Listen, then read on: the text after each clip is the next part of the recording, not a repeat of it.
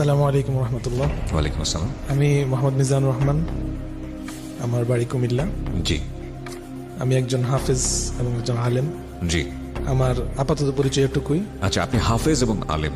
আমাদের সামাজিকতার জায়গাটা থেকে এই ধরনের অনুষ্ঠানে এসে কোনো হাফেজ কিংবা আলেম যখন নিজের জীবনের ভুল কিংবা অপরাধ স্বীকার করে, খুব স্বাভাবিকভাবেই তার প্রতি সামাজিক দৃষ্টিভঙ্গিটা একটু অন্যরকম হয়ে যেতে পারে। এটা আপনি খুব ভালো করেই জানেন, রাইট? তো এটা জানার পরেও আপনি সিক্রেটসে কেন আসছেন? আমার বিশ্বাস যে শুধু হাফেজ আলেম নয়, পৃথিবীতে প্রত্যেকটা মানুষই ভুল করতে পারে, যত বড় মানুষই হোক। জি, সেক্ষেত্র থেকেই আমার কাছে মনে হচ্ছে যে একজন হাফেজ আলেম হয়েও আমি যদি এই বিষয়টা মানুষের সামনে প্রচার করি, তখন অসংখ্য মানুষ সতর্ক হবে, অসংখ্য মানুষ এখান থেকে শিক্ষা গ্রহণ করে আরো ভালো হবে, রাইট। এবং প্রত্যেকে এটা বুঝতে পারবে যে একজন হাফেজ আলেমও ভুল করতে পারে। এক্স্যাক্টলি, কেউই ভুলের ঊর্ধ্বে না। প্রিয় শ্রোতা, আমি নিজে এই অনুষ্ঠানের হোস্ট কিংবা প্রডিউসার যেটা বলছি, আমার ব্যক্তি জীবনেও অনেক ভুল আছে এবং যারা শুনছেন তাদের জীবনেও ভুল আছে। যারা ভুল করেন কিংবা অপরাধ করেন, সেই সব মানুষদের প্রতি আমরা সম্মান জানাতে চাই, এই অর্থে যে তারা ভুল করছেন কিংবা অপরাধ করছেন সেটার জন্য নয়। ভুল বা অপরাধকে ভুল কিংবা অপরাধ বলার ক্ষমতা তাদের মধ্যে আছে, এবং যতক্ষণ পর্যন্ত একটা মানুষের বিবেক কাজ করে, যতক্ষণ পর্যন্ত একটা মানুষ জানেন যে আমি যে অপরাধটি করছি কিংবা আমি যে ভুলটি করছি, সেই ভুল কিংবা অপরাধ আরও একটি মানুষকে বিপদগামী করবে, শুধুমাত্র আমাকে না, আরও অনেককেই করবে, এবং আমার এই জায়গাটি থেকে সরে আসা উচিত। কারণ আমি জানি যে এর পরিণতি ভালো না। সে তওবা করে হোক, সে ক্ষমা চেয়ে হোক, বা নিজের কাছে নিজেকে কনফেস করে হোক, ওই জায়গাটা থেকে সরবার জন্য মনোবাসনা পোষণ করে, ততক্ষণ পর্যন্ত তাদের প্রতি আমাদের রেসপেক্ট। এবং এই অনুষ্ঠানে যারা আসেন তাদের প্রতি আমাদের বিশেষ একটা সম্মান থাকে, কারণ তারা অসংখ্য মানুষকে ভুল পথ থেকে সরান, যেটা আমরা অনুষ্ঠানের থিম, যেটা একদম প্রথমে এবং শেষে বাজে, সেখানে সবসময় বলি সিক্রেটসের। আজকে যে সিক্রেটসটি রিভিল করবে সেখানে আমরা যাব। আর তার আগে আপনাদেরকে বলতে চাই, এই অনুষ্ঠানটি পুরোপুরি যদি আপনি আমাদের ইউটিউব থেকে ডাউনলোড করতে চান, চলে আসবেন। আমাদের ইউটিউবের ঠিকানা নিশ্চয়ই আপনাদের জানা আছে, www.youtube.com/dfm904। আমি আবারও বলছি, youtube.com/dfm904। সবার কাছে আমার বিনীতভাবে রিকোয়েস্ট থাকবে এই চ্যানেলটি সাবস্ক্রাইব করবার জন্য। আপনারা চ্যানেলটি সাবস্ক্রাইব করলে, যারা শোনেন এখানে, তাদের প্রতি আমার বিনীতভাবে রিকোয়েস্ট, সাবস্ক্রাইব করে নোটিফিকেশনটা অন রাখবেন। এবং আমার দুটো অনুষ্ঠানের যাবতীয় কন্টেন্ট আমি এখানে আপলোড করি, সুতরাং আপনি ইজিলি এখান থেকে শুনতে পারবেন। আরেকটি বিষয় প্রিয় শ্রোতা, শুরুতেই বলে নিচ্ছি যে আজকে আপনাদের জন্য একটি বিশেষ সারপ্রাইজ থাকছে আমার পক্ষ থেকে, এবং সেটার জন্য আপনারা কান পেতে থাকুন। একটু পরেই বলছি সারপ্রাইজটি কি। ওকে, হুসাইন ভাই, আমি একেবারে ব্যাকগ্রাউন্ড থেকে শুরু করতে চাই। ইনফ্যাক্ট আপনি যখন অনুষ্ঠানটা শুরু করবেন তার আগে আপনি বলছিলেন যে আপনি আমাকে অনেক বছর ধরে শোনেন, অনেক অনেক বছর ধরে। সো ইউ নো যে আসলে আমি কি ধরনের প্রোগ্রাম করি, কি বলি এখানে। সো আপনাকে আসলে বুঝিয়ে বলার কিছু নেই, আমি একেবারে শুরু থেকে জানতে চাই। বলুন প্লিজ। ধন্যবাদ ভাইয়া। আমি শুরু করতে চাই একদম, আপনি যেহেতু শুরু থেকেই শুনতে চান, শুরু থেকেই বলবো। আমি একজন হাফেজ আলেম হিসেবে বলছি। ছোটবেলা থেকেই আমরা 4 ভাই। জি। আমার কোনো বোন নেই। আমাদের পরিবারটা ইসলামী আবহেই গড়ে উঠেছে। বাবা কি করতেন? আমার বাবা একজন সরকারি চাকরিজীবী ছিলেন। উনিও কি আলেম বা মাওলানা ছিলেন? উনি আলেম না, কিন্তু আলেমদেরকে ভালোবাসেন। আচ্ছা আচ্ছা। আর আমার দাদাও আলেমদেরকে অনেক ভালোবাসতেন, মাশাআল্লাহ। কিন্তু আমার বাবা চেয়েছিলেন আমরা সবাই যাতে ওনার মতোই সরকারি চাকরিজীবী হই। কিন্তু আমার দাদা জোরাজোরির কারণে আমরা আর ওই লাইনে যেতে পারিনি। আমরা সরাসরি মাদ্রাসা লাইনে ভর্তি হয়েছি। আচ্ছা। তো আলহামদুলিল্লাহ আমি বলতে চাই যে আমরা 3 ভাই হাফেজ এবং আলেম হওয়ার সুযোগ হয়েছে। মাশাআল্লাহ মাশাআল্লাহ। আর আরেকটা ভাই আমার, উনি অর্ধেক আলেম হয়েছেন, এখন তিনি ব্যবসা করছেন। জি।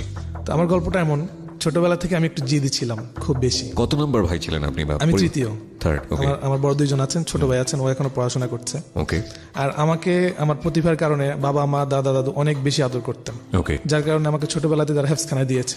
তো আলহামদুলিল্লাহ আমি বলতে চাই আজকে যে আমি মাত্র 9 মাসে কোরআনুল কারীম হেফজ সম্পন্ন করেছি। মাত্র 9 মাসে? আল্লাহ শুকরিয়া, আলহামদুলিল্লাহ। মাশাআল্লাহ, আলহামদুলিল্লাহ। এটা আপনাদের দোয়া, মুরব্বীদের দোয়া, আমার উস্তাদদের দোয়ার কারণে আমার গা শিউরে উঠেছে। আপনারা যেহেতু মানে কোরআনের হাফিজ, যেহেতু আপনার জানা মতে এটা আসলে এটা খুবই স্বল্পতম সময় 9 মাস। আমি যত জানি যে মিনিমাম 3 বছর লাগে, মিনিমাম 3 বছর। অনেকের 5 বছর লাগে, অনেকের 7 বছর লাগে। এর চেয়ে কম সময় কি কেউ সম্পন্ন করেছে আপনার জানা? আপনি জানলে অবাক হবেন, ওয়ার্ল্ডের মধ্যে বাংলাদেশ বর্তমানে হাফেজদের মধ্যে 1 নাম্বার। জি, এটা আমরা জানি। হ্যাঁ। এবং অনেক ছেলেরা বাংলাদেশে 1 মাসে হাফেজ হয়। 1 মাসে? হ্যাঁ, এদের ব্রেনের উপর আলহামদুলিল্লাহ, এটা আল্লাহর পক্ষ থেকে। আমার এমন দিন গিয়েছে আমি একদিন 9 পৃষ্ঠা 10 পৃষ্ঠা সবক পড়া দিয়েছি মুখস্থ। মাই গড, আলহামদুলিল্লাহ। ওরে বাবা। তো হাফেজ হওয়ার পর সবাই খুশি হয়েছে। আমার জীবনের প্রথম যে অপরাধটার কথা আমার মনে পড়ে, বড় অপরাধ। হাফেজ হওয়ার পর স্বাভাবিক আমি এলাকাতে প্রথম হাফেজ ছিলাম। কত বছর বয়স আপনার তখন? তখন আমার বয়স 9 বছর। 9 বছর। তো সবার ইচ্ছা ছিল যে সবাইকে মিষ্টি খাওয়াবে, মিষ্টির দামও কম ছিল। জি। তো আমার এত জিদ, তখন আব্বার অফিস বন্ধ ছিল, শুক্রবার ছিল। আব্বাকে বললাম, আব্বা মিষ্টি খাওয়াতে হবে, কারণ বন্ধুরা খুব তাড়াহুড়া করছে যে মিষ্টি খাওয়াতেই হবে। জি। তখন আমি কি করলাম, বাবাকে বললাম যে আপনি মিষ্টি খাওয়ান। তো বাবা বললাম, আমি তো অফিসে যেতে হবে, এখন পকেটে টাকা নাই, অফিসে গিয়ে টাকা এনে তোর মিষ্টি পুরো এলাকাকে আমি খাওয়াবো। আচ্ছা। কিন্তু আমার এটা সহ্য হলো না। আমি পাশের বাড়ির কাকির কাছ থেকে, আমার মার কাছ থেকে, সবার কাছ থেকে 500 টাকা নিয়ে আমি বললাম যে বাবা টাকা দিবে, আপনার আমাকে টাকাটা দেন। ওকে।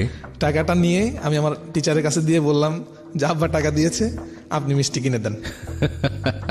সেই অর্থে হয়তো আমরা অপরাধ বলবো না, ছোটরা অনেক সময় এটা করে। আমার but জেদের আপনি মনে- কথাটা বলছি, জেদের কথাটা Right, বলছি। ওকে। তখন হুজুর মিষ্টি আনলেন এবং পুরো এলাকায় খাওয়ালেন, আমাদের বাসায় মিষ্টি পাঠালেন। আচ্ছা। আব্বা খুব কষ্ট পেয়েছেন, যদি আমি ছোট ছিলাম তারপর তার কষ্ট হয়েছে যে আমার একমাত্র ছেলে হাফেজ হয়েছে, সেই কাজটা কেন করলো। রাইট। যাক, সে অপরাধটা ক্ষমা হয়ে গেল। তারপর মাদ্রাসায় ভর্তি হলাম আলেম হওয়ার জন্য। পড়ালেখা চলছে, রেজাল্ট খুব ভালো হচ্ছে। আমি যাত্রাবাড়ি মাদ্রাসায় পড়াশোনা করেছি। জি। তো সেখানে পড়াশোনা করার সময় আলহামদুলিল্লাহ রেজাল্ট সবসময় ভালো ছিল। তো আমার আব্বার একটু জেদ বেশি, তিনি যেহেতু চাননি যে আমরা মাদ্রাসায় পড়ি, তারপর আমরা মাদ্রাসায় পড়েছি সব ভাই। তারপর যখন হাফেজ হয়ে গেলাম তখন কিন্তু আব্বা অনেক খুশি হলো। খুব স্বাভাবিক। খুশি হওয়ার পর এখন সবাই বলে যে আপনার ছেলে হাফেজ, এলাকার মধ্যে আলাদা সম্মান। আবার সবচেয়ে বড় সম্মান হলো যে আমরা 3 ভাই আমাদের এলাকার মসজিদে তারাবির নামাজ পড়িয়েছি। মাশাআল্লাহ। এটা আলাদা একটা সম্মান। জি। কিন্তু ঘটনা চক্রে যেটা ঘটলো, আমাদের একটা আঙ্কেল ছিল, ওনার নাম জাহিদুল ইসলাম। উনি আমার আব্বার আপন চাচাতো ভাই, আমাদের বাড়ির পাশেই বাড়ি, আমাদের রক্তের।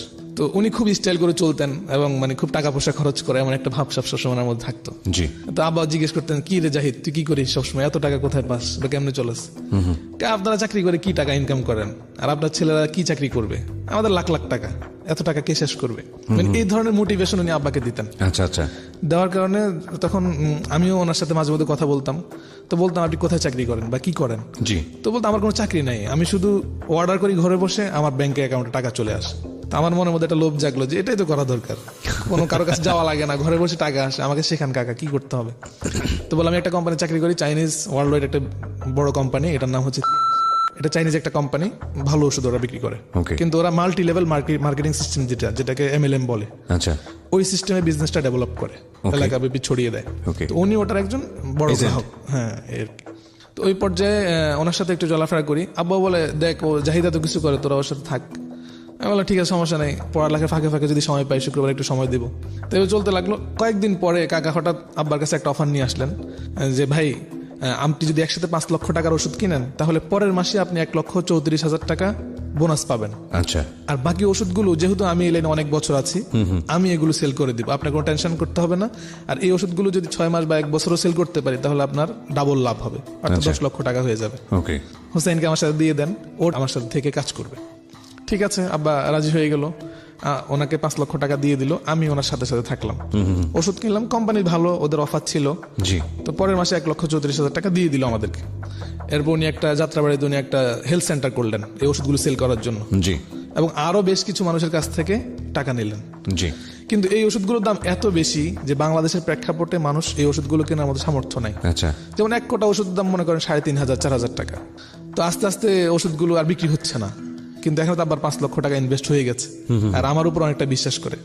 হঠাৎ করে কাকা বললেন, জাহিদ কাকা, যে আসলে ওষুধ তো বিক্রি করা কঠিন হয়ে যাচ্ছে, আমরা একটা কাজ করি, চল, নতুন একটা কোম্পানি আসছে, কোম্পানিটার নাম হলো এক্সপ্রেস, এবং এটার ওয়েবসাইট এখনো রানিং আছে, যে কেউ চাইলে দেখতে পারবেন। ওকে। এটার কাজ কি?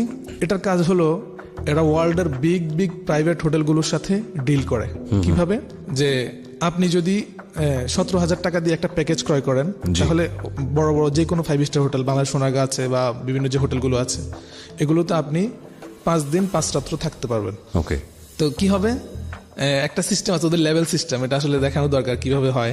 আচ্ছা, আপনি মুখে বলতে হবে কারণ বোঝানোর জন্য। লেভেল সিস্টেম আছে। জি। তো একটা পর্যায়ে গিয়ে আপনি যখন একটা লেভেল ব্রেক করবেন, মানে অনেকগুলো প্যাকেজ ক্রয় করার পরে, তখন আপনাকে একসাথে 8,60,000 টাকা দেওয়া হবে। ওরাই আপনাকে দিবে ক্যাশ? ওরা আমাকে দিবে। আচ্ছা। কিন্তু এখানে একটা বোঝার বিষয় আছে যে আমি 8,60,000 টাকা ব্রেক করার জন্য যেই পরিমাণ প্যাকেজ সেল করা লেগেছে, সেই প্যাকেজগুলো বোধহয় 1 কোটি টাকার উপরে হবে। আচ্ছা। ওকে। সিস্টেম ওয়াইজ হচ্ছে আর কি। আচ্ছা। তো আমরা জিজ্ঞেস করতাম যে এই কোম্পানি তো চলে যাবে মানুষের টাকা নিয়ে, বলে যদি সোনারগাঁ চলে যায়, সেরাটন চলে যায়, হ্যাঁ, আর এই হোটেলগুলো যদি চলে যায় তখন এই কোম্পানি চলে যাবে। তো কেউ তো যাচাই করতে আসে না যে আসলে হোটেলের সাথে লিঙ্ক আপ আছে কিনা। রাইট, আর ওয়েবসাইট নাম দেওয়া থাকলে এটা কে যাচাই করে? রাইট, গ্রামের মানুষ তো ওয়েবসাইট বোঝেও না কি জিনিস। এক্স্যাক্টলি।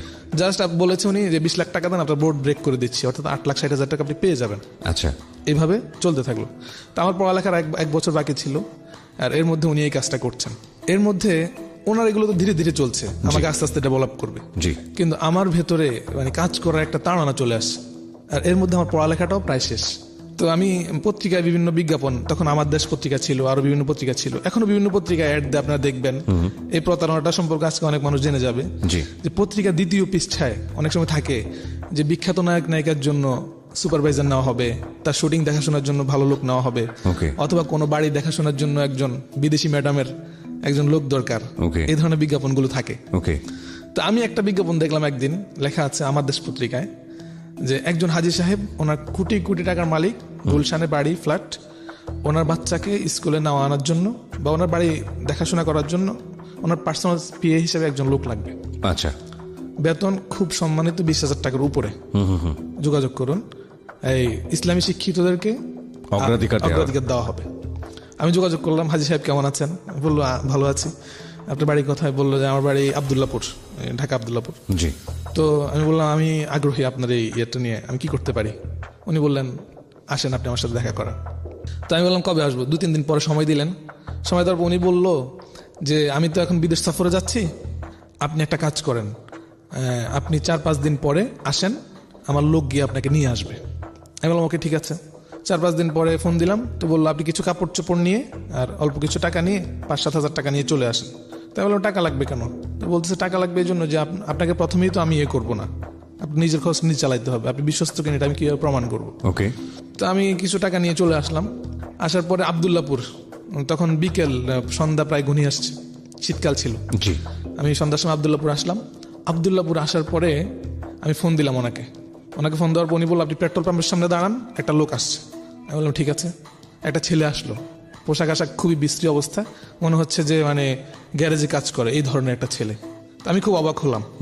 অবাক হওয়ার পর আমি ফোন দিলাম, যে বললো আমার কর্মচারী, সমস্যা নেই, ওর সাথে আপনি চলে আসেন। ওকে। তো যখন আব্দুল্লাহপুর ব্রিজ, তুরাগ উপরে যে ব্রিজটা আছে, ব্রিজ পার হয়ে পেট্রোল পাম্প পার হয়ে সামনে আসলাম, ওখানে বোধহয় সেনা কল্যাণ সংস্থার বড় একটা বিল্ডিং আছে। জি। ওই বিল্ডিং এর সামনে অসংখ্য গাড়ি আছে। তো ওই ছেলেটা আমাকে একটা প্রাডো গাড়ি দেখিয়ে বললো যে ওই যে এটা হচ্ছে আমাদের বসের গাড়ি। ওকে ডান, ঠিক আছে। তো ওর সাথে হাঁটা শুরু করলাম। হাঁটতে হাঁটতে ও আমাকে একটা অফিসে নিয়ে গেল। অফিসে নিয়ে যাওয়ার পর ও বললো যে এখানে আপনি, আমাদের স্যারের আন্ডার অসংখ্য মানুষ কাজ করে, যেহেতু উনি অনেক বড় মানুষ, আপনাকে কিছু টাকা দিয়ে রেজিস্ট্রেশনটা কমপ্লিট করতে হবে। তো আপনি কি না কি মানুষ, এটা তো আমরা জানি না। ওকে। তো ওখানে 3,000 টাকা আমি জমা দিলাম, ওরা একটা স্লিপ আমাকে দিয়ে দিল। কি কোম্পানি যেন, এটা বোধ হয় যে গার্ড দেয় যে বিভিন্ন কোম্পানিগুলো, এই কোম্পানি আর কি। ওকে। তো ওখান থেকে ওরা আমাকে আমার ব্যাগ ট্যাগ সহ একজনে সাভারের ওইদিকে ভিতরে একটা জঙ্গল এলাকার দিকে নিয়ে গেল। কোথা থেকে সাভার নিয়ে যাচ্ছে? আব্দুল্লাহপুর থেকে? আপনাকে আব্দুল্লাহপুর থেকে গাড়িতে করে না, আমাকে বললো চলেন। তো ইয়ার মধ্যে লেগুনাতে করে আমরা যাচ্ছি, আরো কয়েকজন ছিল। ভয় নাই, কিসের, দিনের বেলা, সন্ধ্যা হচ্ছে। কিন্তু আস্তে আস্তে দেখলাম যে মানে মেইন রোড ছেড়ে ওরা মাটির রাস্তা বা গাজীপুর দিকে গেলে দেখা যায় যে শুধু গাছপালা, মানুষের বাড়ি ঘর নাই, এই ধরনের এলাকায় নিয়ে গেল। তো নিয়ে যাওয়ার পর আমি ওখানে গেলাম। যাওয়ার পর একটা দেখলাম টিনের ঘর, মানে অনেকগুলো গাছপালার ভেতরে, এরিয়ার ভিতরে একটা টিনের ঘর, এবং সেখানে কম বয়স্ক টিনেজ অনেক পোলাপান, যারা 15 থেকে 20 এর মধ্যে বা 22, প্রায় 30 থেকে 40 জন বাচ্চা, ছেলে আছে আর কি, বাচ্চা বলা যায় না, কিশোর। আর একজন সুঠাম দেহের অনেক বড় মানুষ, উনি এখানে আছেন। উনি তাদেরকে বিভিন্ন ধরনের গালিগালাজ করছেন এবং ডিরেকশন দিচ্ছেন, এই কর সেই কর, যে খারাপ গালিগুলো মুখ দিয়ে উচ্চারণ করা সম্ভব না। আমরা একটা বিরতি নেব প্রিয় শ্রোতা, এই পর্যায়ে মাত্র 2 মিনিটের বিরতি। আপনারা শুনছেন সিক্রেটসে আজকে এখানে নিজের জীবনের ভুল বা অপ্রিয় সত্য বা অপরাধ যেটাই বলি না কেন, সেটা বলছেন হুসাইন। আমি হুসাইনের কাছে আবারও ফিরবো, তার আগে আপনাদেরকে যেটা বলতে চাই, আপনারা যদি এই অনুষ্ঠানে আসতে চান প্লিজ আমার সঙ্গে যোগাযোগ করবেন। আমার ফোন নাম্বারটি নিশ্চয়ই আপনাদের জানা আছে, 09611904 আমি আবারও বলছি 09611904। আরেকটি বিষয় প্রিয় শ্রোতা, আজকে আপনাদের জন্য একটি বিশেষ সারপ্রাইজ থাকছে আমার পক্ষ থেকে, এবং সেটার জন্য আপনারা কান পেতে থাকুন। একটু পরেই বলছি সারপ্রাইজটি কি। Secrets. Something beyond entertainment.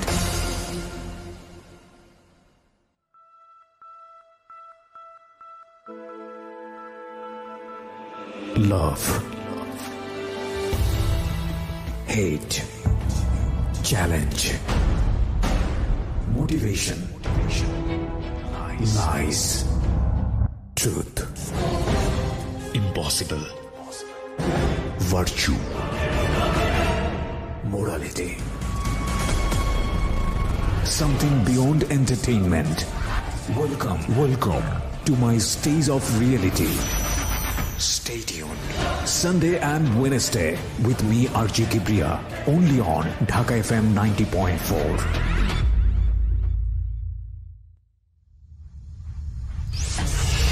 Secrets. Something beyond entertainment. Welcome back once again. শুনছেন আরজে কিবরিয়াকে ঢাকা এফএম 90.4-এ। সিক্রেটস হচ্ছে আমার অনুষ্ঠানের নাম, এবং আরও একটি অনুষ্ঠান বুধবার প্রচারিত হচ্ছে জীবন গল্প নামে। সিক্রেটস অনুষ্ঠানকে আমরা যে ট্যাগলাইন দিয়ে বিশেষায়িত করেছি সেটা হচ্ছে সামথিং বিয়ন্ড এন্টারটেইনমেন্ট। শুধু এন্টারটেইনমেন্টের জায়গা থেকে অনুষ্ঠানকে নেওয়া আমি বলবো যে উচিত না, কারণ এটা আমাদের জন্য একটা অন্যরকম, বলতে পারি একটা লেসনমূলক, যে অনুষ্ঠানটি আমাদের জীবনকে সুন্দরভাবে গাইড করে, এরকম একটা অনুষ্ঠান। অফকোর্স আমরা এই অনুষ্ঠানটি প্রচারের পর আপনাদের কাছ থেকে যে পরিমাণ পজিটিভ রেসপন্স পেয়েছি, আলহামদুলিল্লাহ আমি রিয়েলি হ্যাপি। এবং যেই পরিমাণ, যে হাই সোসাইটি কিংবা যদি বলি যে যেই পরিমাণ আপার ক্লাস মানুষ যারা, তারা পর্যন্ত এই অনুষ্ঠানে আসতে এখন কমফোর্ট ফিল করেন, which is very very lucky আমি বলবো যে ঢাকা এফএমের পার্সপেক্টিভ থেকে। এবং এখানে সব শ্রেণীর মানুষরা আসেন নিজের জীবনের ভুল বা অপরাধগুলো বলার জন্য, এই কারণে যে তার মতো করে ভুল বা অপরাধ যেন না করে। তারই ধারাবাহিকতায় আজকে আমরা পেয়েছি মাওলানা, টাইটেল পাস মাওলানা, উনি হুসাইন এবং পবিত্র কোরআনের হাফেজ, মাশাআল্লাহ। তো উনি ওনার ভুলগুলো বলছেন যে আসলে কি ছিল যে কারণে ওনাকে জীবনে এত বড় ধরনের রিগ্রেটের মধ্য দিয়ে যেতে হয়েছে। আমরা যেখানটায় ছিলাম হুসাইন ভাই, যে আপনাকে কোন একটা জায়গায় নিয়ে যাওয়া হলো, টিনের বাড়ি বা সামথিং লাইক দিস, তারপর তো যখন ওই জঙ্গলের ভিতরে গেলাম, অনেকগুলো ছেলেকে পেলাম, পাশাপাশি ওখানে একজন গাইড আছেন, জি, অনেক সুঠামদের, তার সাথে আরেকটা সহকারীও আছে। তো আমাকে বললো, হুজুর তুমি এখানে আসছো? আমাকে বলছে। আমি বললাম আসলাম ভাই, কাজ তো করা দরকার। আমি বললাম ভাই আমি নামাজ পড়বো, মাগরিবের সময় হয়ে গেছে, নামাজ আদায় করবো। তো বললো ঠিক আছে তুমি নামাজ পড়ে আসো। আচ্ছা। তো নামাজ পড়ার পর বৃদ্ধ ইমাম উনি আমাকে বলছেন একটু কর্কশ ভাষায়, কি ব্যাপার, তোমার বাড়ি কোথায়? আমি বললাম আমার বাড়ি তো ঢাকায়, আমি এখানে একটা কাজে আসছি। তো বলল কোন কাজে আসছো? ওই যে ওখানে লোকজন আছে, ওখানে আসছো? আমি বললাম জি। যাও যাও বুঝবা কি হয়। তো আমার বুকটা কেঁপে উঠলো, সন্ধ্যা হয়ে আসছে, খুব স্বাভাবিক। হ্যাঁ কোন এর মধ্যে পড়লাম, আর ইমাম সাহেব বলছেন। তারপর সাহস করে গেলাম, ওনার সাথে কথা বললাম না। যাওয়ার পর যেটা বুঝলাম যে ওই যে সুঠাম দেহের যে লোকটা আছে, উনি ছেলেদেরকে ব্রিফিং করছে যে এটা হলো একটা গার্ড দেয় যে বিভিন্ন কোম্পানি থেকে, সিকিউরিটি কোম্পানি, এই কোম্পানির আন্ডারে এরা এখানে এনে প্রশিক্ষণ দেয়, মানুষকে ধোঁকাবাজি করে এই ছেলেগুলোকে এখানে এনে এমন ফাঁদে ফেলে যে এরা আর যেতে পারে না। ওকে। এরা বিভিন্ন এলাকার যে বাজারগুলো আছে, বড় বড় বাজার, ওই বাজারগুলোতে ওদের কোম্পানি থেকে লোক পাঠায় রাত্রেবেলা পাহারা দেওয়ার জন্য। আচ্ছা। তো সেদিন রাত্রে আমরা যারা ছিলাম, আমরা তো আজকে প্রথম আসলাম, আমাদেরকেও ওই দুইজন, ওনাদের কাছে গুলি আছে, পিস্তল আছে, লম্বা পিস্তল, যেটা পুলিশ ব্যবহার করেন, ওই ধরনের পিস্তল আছে। মানে কথা শুনতে হবে, এছাড়া পথ নাই। তো বললো তোমাদের কাছে পাহারা দিতে হবে। প্রচন্ড শীত, রাতের বেলা 10টার দিকে আমাদেরকে ইউনিফর্ম পরে ওখানে নিয়ে যাওয়া হলো। সারা রাত আমরা ওখানে পাহারা দিলাম। রাতের বেলা কোন বাজার নিয়ে গেছে কুয়াশার মধ্যে কিছুই চিনতে পারিনি, ভয়ঙ্কর এলাকা, লোকজন তেমন একটা নাই। সারা রাত পাহারা দিলাম, সকালবেলা আসলাম, পেটে ক্ষুধা, অথচ সারা রাত চলে গেছে, কোনো খাবার দাবার কিছুই দেয়নি। তো সকালবেলা ওই সহকারী ছিল, ওই সুঠাম দেহির সহকারী, ওনার বাড়ি লক্ষ্মীপুর। তো আমি ওনাকে বললাম ভাই আমার অবস্থা তো খুবই খারাপ, আর আমি একজন হাফেজ আলেম মানুষ, আমি আসছি হাজী সাহেবের ম্যানেজার হওয়ার জন্য, আমাকে এই জায়গায় নিয়ে আসছেন, আমি তো বাঁচতে পারবো না, আপনাকে কোরআনের দোহাই দিয়ে বলতেছি আমাকে রক্ষা করেন। তো তার বোধহয় খুব দয়া হলো, দয়া হওয়ার পর সে আমাকে বললো ঠিক আছে তুমি ব্যাগটা নিয়ে পিছন দিক দিয়ে, আমি যখন বলবো পিছন দিক দিয়ে চলে যাবা, স্যার যাতে তোমাকে না দেখে। আচ্ছা। ওর বাড়ি লক্ষ্মীপুর, আমার বাড়ি কুমিল্লা, হয়তো আঞ্চলিকতার কারণে আমার প্রতি একটু দরদ দেখালো। আমি বললাম ঠিক আছে। সকাল 10টা-11টার দিকে ছেলেদের কিন্তু ওই পর্যন্ত খাবার দেয় নাই, সব ক্ষুধার্ত অবস্থায় আছে। তাই আমি বললাম আপনার খাবার দাবার খাইলে কি না খাইলে কি, সারাদিন একবার খাবার দিবে, আলু ভর্তা আর 1 প্লেট ভাত। এভাবে 3 দিন ওরা এদেরকে প্রশিক্ষণ দিবে, যারা থাকতে পারবে থাকবে, আর যারা থাকতে পারবে না চলে যাবে। তো অধিকাংশটা কিন্তু থাকতে পারবে না এই কষ্টের মধ্যে। 5 জন টিকলো বা 4 জন টিকলো, বাকিদের থেকে মনে করেন 40 জন থেকে যদি 3,000 টাকা করে নিয়ে থাকে, তাহলে 1,20,000 টাকা। আর খানা খরচ যাবে না 10,000 টাকা, 10,000 যাবে না, 5,000 যাবে, ওরা যে খাবার দিচ্ছে পুরো টাকাটাই লাভ। হ্যাঁ, 3 দিনে এইভাবে করে বিজ্ঞাপন দিয়ে এরা এভাবে টাকাটা হাতিয়ে নিচ্ছে। তো ওই লোকটা আমাকে সহায়তা করলো, সহকারী যিনি ছিলেন। আসার সময় ওই হাজী সাহেবকে ফোন দিলাম যার বিজ্ঞাপন দেখে আমি গিয়েছিলাম। আমি বললাম ভাই আপনি এটা কি করলেন, আমি একজন হাফেজ জেনেও আপনি আমাকে এত বড় ক্ষতি করলেন। তো উনি বললেন হোসাইন সাহেব, আপনি যদি আমার মতো একটা ভালো লাইফ লিড করতে চান তাহলে আপনাকে এই ধরনের কাজ করতে হবে। আমি বললাম আপনার উপর আল্লাহ গজব পড়ুক, এটা বলে আমি চলে আসি। ওই ব্যক্তিকে ফোন দেয়নি। আমরা এখানে একটা বিষয় যেটা বলবো যে ক্লাসিফাইড যে অ্যাডভার্টাইজমেন্টগুলো আপনারা পত্রিকাতে দেখেন, প্লিজ শতভাগ নিশ্চিত না হয়ে কোনোভাবেই আপনারা এইভাবে এই পথে পা বাড়াবেন না। ওনার লাক ভালো ছিল, হয়তো উনি ফিরে আসতে পেরেছেন। সো এগুলো বিলিভ করার আগে যাচাই করে নেবেন প্লিজ। ওকে প্রিয় শ্রোতা, সারপ্রাইজের কথা বলছিলাম। সারপ্রাইজটি হচ্ছে আমার বই নিয়ে, যে বইটি অলরেডি বাজারে পাওয়া যাচ্ছে এবং সেই বইয়ে একটা স্পেশাল অফার আমি দিতে চাই সবাইকে। সেটা হচ্ছে এখন থেকে শুরু করে, মানে যেই মুহূর্ত থেকে অ্যানাউন্সমেন্টে যাচ্ছি তখন থেকে শুরু করে আগামী 3 দিন যতগুলো বই আপনারা অনলাইনে অর্ডার করবেন, সেখানে প্রত্যেকটি বইয়ে এই অনুষ্ঠানগুলো নিয়ে বিশেষ কিছু কথা লেখা থাকবে আমার নিজের হাতে, এবং এটা হচ্ছে আপনাদের জন্য একটা স্পেশাল গিফট উইথ মাই অটোগ্রাফস। শুধুমাত্র 300টি বইয়ে এই সুযোগটি থাকছে, অনলি 300 বুকস। বইয়ের প্রাইস একই থাকবে 200 টাকা, এবং যারা এখন থেকে শুরু করে আগামী 3 দিনের মধ্যে বই অর্ডার দেবেন তাদের বই কেবলমাত্র এই বিশেষ কথাগুলো লেখা থাকবে আমার পক্ষ থেকে, আমার অটোগ্রাফ সহ, এবং এটা শুধুমাত্র অনলাইনে। ওকে, তবে 300টি বইয়ের জন্য, সুতরাং ঝটপট করতে হবে। যেভাবে আপনি বইটির অর্ডার দিতে পারেন, দুটো ফোন নাম্বার। প্রথমটা হচ্ছে ক্লিক অ্যান্ড ডিলের 09638771771। আমি আবারও বলছি 09638771771। আরও একবার বলছি 09638771771। আরেকটি নাম্বার রয়েছে খুবই সহজ, রকমারি.com এর 16297। আরও একবার বলি 16297। বইয়ের মূল্য হচ্ছে মাত্র 200 টাকা, সাথে কুরিয়ার চার্জটা লাগবে, এবং বইটি এসছে ঢাকা FM 90.4 এর RJ কিবরিয়ার জীবন গল্প এবং সিক্রেটস। শুধুমাত্র এখন থেকে শুরু করে আগামী 3 দিন যারা বইয়ের অর্ডার দেবেন তাদের প্রত্যেকটি বইয়ে আমার বিশেষ কিছু কথা আপনাদের জন্য লেখা থাকবে। এটা হচ্ছে স্পেশাল অফার উইথ মাই অটোগ্রাফস। ওকে, হ্যাঁ, যেখানটায় ছিলাম আমরা। এরপর বাড়িতে মাদ্রাসা চলে আসলাম, পড়ালেখা তো প্রায় শেষ। তারপরে পত্রিকা আরেকটা বিজ্ঞাপন দেখলাম, এটা একটা লোভ তৈরি হয়েছে যে আসলে এটার পিছনে কি আছে। ওকে, তো একটা বিজ্ঞাপন দেখলাম, ঢাকা শহরের একটা গাড়ি আছে, তো ওই গাড়ির ম্যানেজার লাগবে, এই বিজ্ঞাপন দিল। ওকে, পরিচিত গাড়ি। ওকে, আমি যোগাযোগ করলাম, তো গেলাম, যাওয়ার পরে দেখলাম যে দাঁড়িয়ে টাড়িয়ে আছে, একদম শার্ট প্যান্ট পরা কিন্তু দাঁড়িয়ে আছে এবং ভদ্র। তো আমি যোগাযোগ করলাম, উনি দেখে আমাকে খুব সম্মান করলেন, এবং দেখলাম অফিসটা বিশাল বড়, আপনাদের এই যে ঢাকা FM এর মতো অনেক বিশাল অফিস, চারপাশে অনেকগুলো কম্পিউটার, তারপরে ল্যাপটপ এবং অনেক দামি ফার্নিচার, অসংখ্য কর্মচারী এবং অসংখ্য লোক চাকরির জন্য এখানে আসছে। আচ্ছা, এবং টেবিলের উপর ওদের অনেকগুলো ইয়ে আছে, এই তেল, লবণ, আরো এই জাতীয় কিছু প্রোডাক্টগুলো সাজানো আছে। বিভিন্ন মানুষের কাছ থেকে যারা বিভিন্ন ডিলারশিপ নিবে ওদের কাছ থেকে জামানত নিচ্ছে 1 লক্ষ 2 লক্ষ টাকা করে, বড় বড় পার্টি আসছে। আর আমরা ওদের কনসার্ন, সিস্টার কনসার্ন, আমরা গাড়িতে কাজ করবো আর কি, অর্থাৎ গাড়ির ম্যানেজার হিসেবে। জি, আমাদের কাছে টিকেটের হিসাব আসবে, বিভিন্ন হিসাব আসবে। তো আমাকে বললো তুমি এত বড় কোম্পানিতে কাজ করতে চাও, তো তোমাকে 10,000 টাকা দিতে হবে, জামানত দিতে হবে, খাওয়া দাওয়া আমাদের সবকিছু। আমি বললাম ঠিক আছে, এটা সমস্যা নাই, এত বিশাল কোম্পানি, এত বিশাল অফিস। ওকে, আমি আমার আম্মার কাছ থেকে অনেক জোর করে বললাম ভালো একটা চাকরি আছে, আপনি আমাকে 10,000 টাকা দেন। তো বলতেছে জাহিদের সাথে এত কিছু করতেছো, এখান থেকে কোনো লাভ আসতেছে না, 5 লাখ টাকা ওখানে দিয়ে রাখছি, আবার এখান থেকে 10,000 টাকা। আমি বললাম এটা একটু দেন, সমস্যা নেই, ভালো একটা চাকরি। বলছে 15,000 টাকা বেতন দেবে, খাওয়া দাওয়া সব দেবে, থাকা দেবে, সবকিছু দেবে। তো ঠিক আছে, এগুলো কিন্তু আব্বা কিছু জানেন না। তো আমি আসলাম, আমাকে ডেট দিয়ে দিল যে হোসেন সাহেব ইজতেমা এত তারিখ শেষ হবে, আপনি 3 তারিখে আপনি আমাদের এখানে জয়েন করবেন, 3 তারিখে আপনি আপনার কাপড় চোপড় নিয়ে চলে আসবেন। ওকে, নেক্সট মাস আমি 3 তারিখে আসলাম, ফোন দিচ্ছি, ফোন বন্ধ, যোগাযোগ করে আসবো, স্যার কোথায় আছেন, কিভাবে আসবো। আসলাম, আসার পরে দেখি বাড়ির নিচে অসংখ্য মানুষ, ওই বাড়িটার নিচে যেখানে আমরা জয়েন করেছিলাম। বললাম কি ব্যাপার ভাই, আমরা তো আজকে জয়েন করার জন্য আসছি। কোথায় জয়েন করার জন্য আসছেন? ফুলকলি কোম্পানিতে। বললাম জি। বললো এরা তো 29 তারিখে সবকিছু নিয়ে টাকা করে চলে গেছে। 29 তারিখ এত বড় অফিস গুছায় ফেলছে এত শর্ট টাইমের মধ্যে, ইউ কান্ট বিলিভ ভাই। এরপরে ওনারা বললো যে 1 তারিখ থেকে এখানে প্রতিদিন শত শত লোক আসতেছে, 1 তারিখ থেকে প্রতিদিন শত শত, সকাল থেকেই শত শত লোক আসতেছে। আমি বোধহয় সম্ভবত সকাল 10টার আগে সেখানে উপস্থিত হয়েছিলাম। প্রতিদিন শত শত লোক আসছে, তাদের একটা অভিযোগ, কেউ 10,000, কেউ 20,000, কেউ 15,000, কেউ 2 লাখ 3 লাখ টাকা দিয়ে ডিলারশিপ নিয়েছে, আর কেউ চাকরির জন্য 10,000 20,000 টাকা দিয়েছে। তো এই 3 দিনের হিসাবেই ওনারা দিল যে কম না হলো 400 থেকে 500 মানুষ এই 3 দিনে আসছে। My goodness. এই দুইটা পার্সোনাল ঘটনা আমি মাঝখানে বললাম, Right. মানে আমার আঙ্কেলের সাথে যে লেনদেনের মাঝখানে এগুলো ঘটে গেল। আচ্ছা, তারপর? ব্যাস, এটাকে আমি লিভ করলাম যে এখানে আর যাবো না। এই ধরনের এক্সপ্রেস তো খুব ভালো বলতেছে, ওখানে বলতেছে যে 8,60,000 টাকা পাওয়া যাবে, যেটা আচ্ছা। একটু আগে বলছিলাম। ওকে। মেইন গল্পে ফিরে আসি।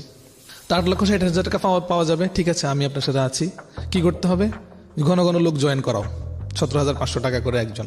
হ্যাঁ, তো অনেক হাজার হাজার বন্ধু আছে আমাদের, আর পুরো মাদ্রাসার 5-6 হাজার ছাত্র। অনেক, আমি 12 বছর একই মাদ্রাসায় পড়েছি, জি। প্রায় সব ছাত্রই আমার পরিচিত। তো বন্ধু বান্ধব জয়েন করাতে হবে, ইয়ে করতে হবে, এভাবে আস্তে আস্তে অনেক ক্ষেত থেকে টাকা নিলাম। এর মধ্যে আব্বাকে বললাম, আব্বা কিন্তু এগুলো জানে না। আব্বা জানে যে চাচার সাথে ঘোরাফেরা করতেছে, ভালো কিছু হবে, আর ও তো ওষুধ বিক্রি করেই দিবে, 1,34,000 টাকা চলেই আসছে, বাকি টাকাগুলো চলে আসবে। এর মধ্যে আব্বাকে বললাম যে আব্বা, ভালো একটা কোম্পানি আসছে, এরকম এরকম জাহিদ কাকা তো লক্ষ লক্ষ টাকা ইনকাম করতেছে, আপনি আমাকে কিছু টাকা দেন।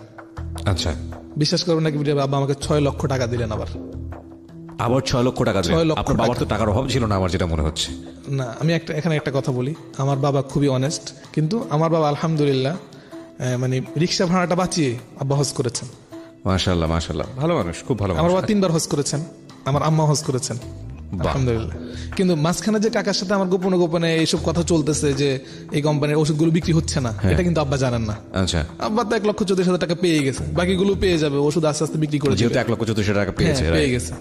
এর মধ্যে আমি একটু স্টাইল করে চলতেছি, হ্যাঁ, মানে টাকা পয়সা খুব ইনকাম করি, Okay. যখন যেটা লাগে খুব দিচ্ছি। আব্বা কত টাকা লাগবে বলেন, কোনো সমস্যা নেই, আব্বা তো টাকা লাগবে না। আব্বা বলতেছেন তোরা বড় হয়, এটা আমার খুশি। ওকে। কাকা আমাকে বললেন, এখান থেকে তুই একটা বোর্ড ব্রেক করলে 8,60,000 পাবি, 2টা ব্রেক করলে তোর আর কিছু জীবনে দরকার নাই, 15-16 লক্ষ টাকা দিয়ে পরে অন্য বিজনেস করিস। জি। আমাকে বললো। তো ঠিক আছে, বিজনেস শুরু করলাম। আব্বার থেকে 6 লাখ নিলাম, আরো কিছু বন্ধু বান্ধবের কাছ থেকে টুকটাক কিছু টাকা নিলাম, বিজনেস শুরু হলো। এর মধ্যে আমার বোর্ড ব্রেক হওয়ার কাছাকাছি চলে আসলো, দ্যাট মিনস আমি এখন 8,60,000 টাকা পেয়ে যাব। জি। আমার সেই আনন্দ, পড়ালেখা প্রায় শেষ।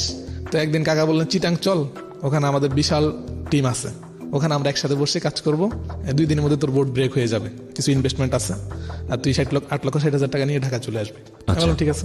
গেলাম, যাওয়ার পর বোর্ড ব্রেক হলো। তো আমি তো এত টাকা একসাথে কোনো সময় হাত দিইনি, 8,60,000। আমি বললাম, কাকা আমি ঢাকা চলে যাই, আপনি টাকাগুলো আমার ব্যাংক অ্যাকাউন্টে দিয়ে দিয়েন।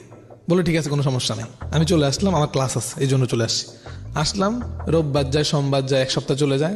ফোন ধরে কাকা, বলতে একটু ব্যস্ত, টাকাগুলো ব্যাংকে যাওয়ার সময় পাচ্ছি না, পাঠাবো যে সময় পাচ্ছি না।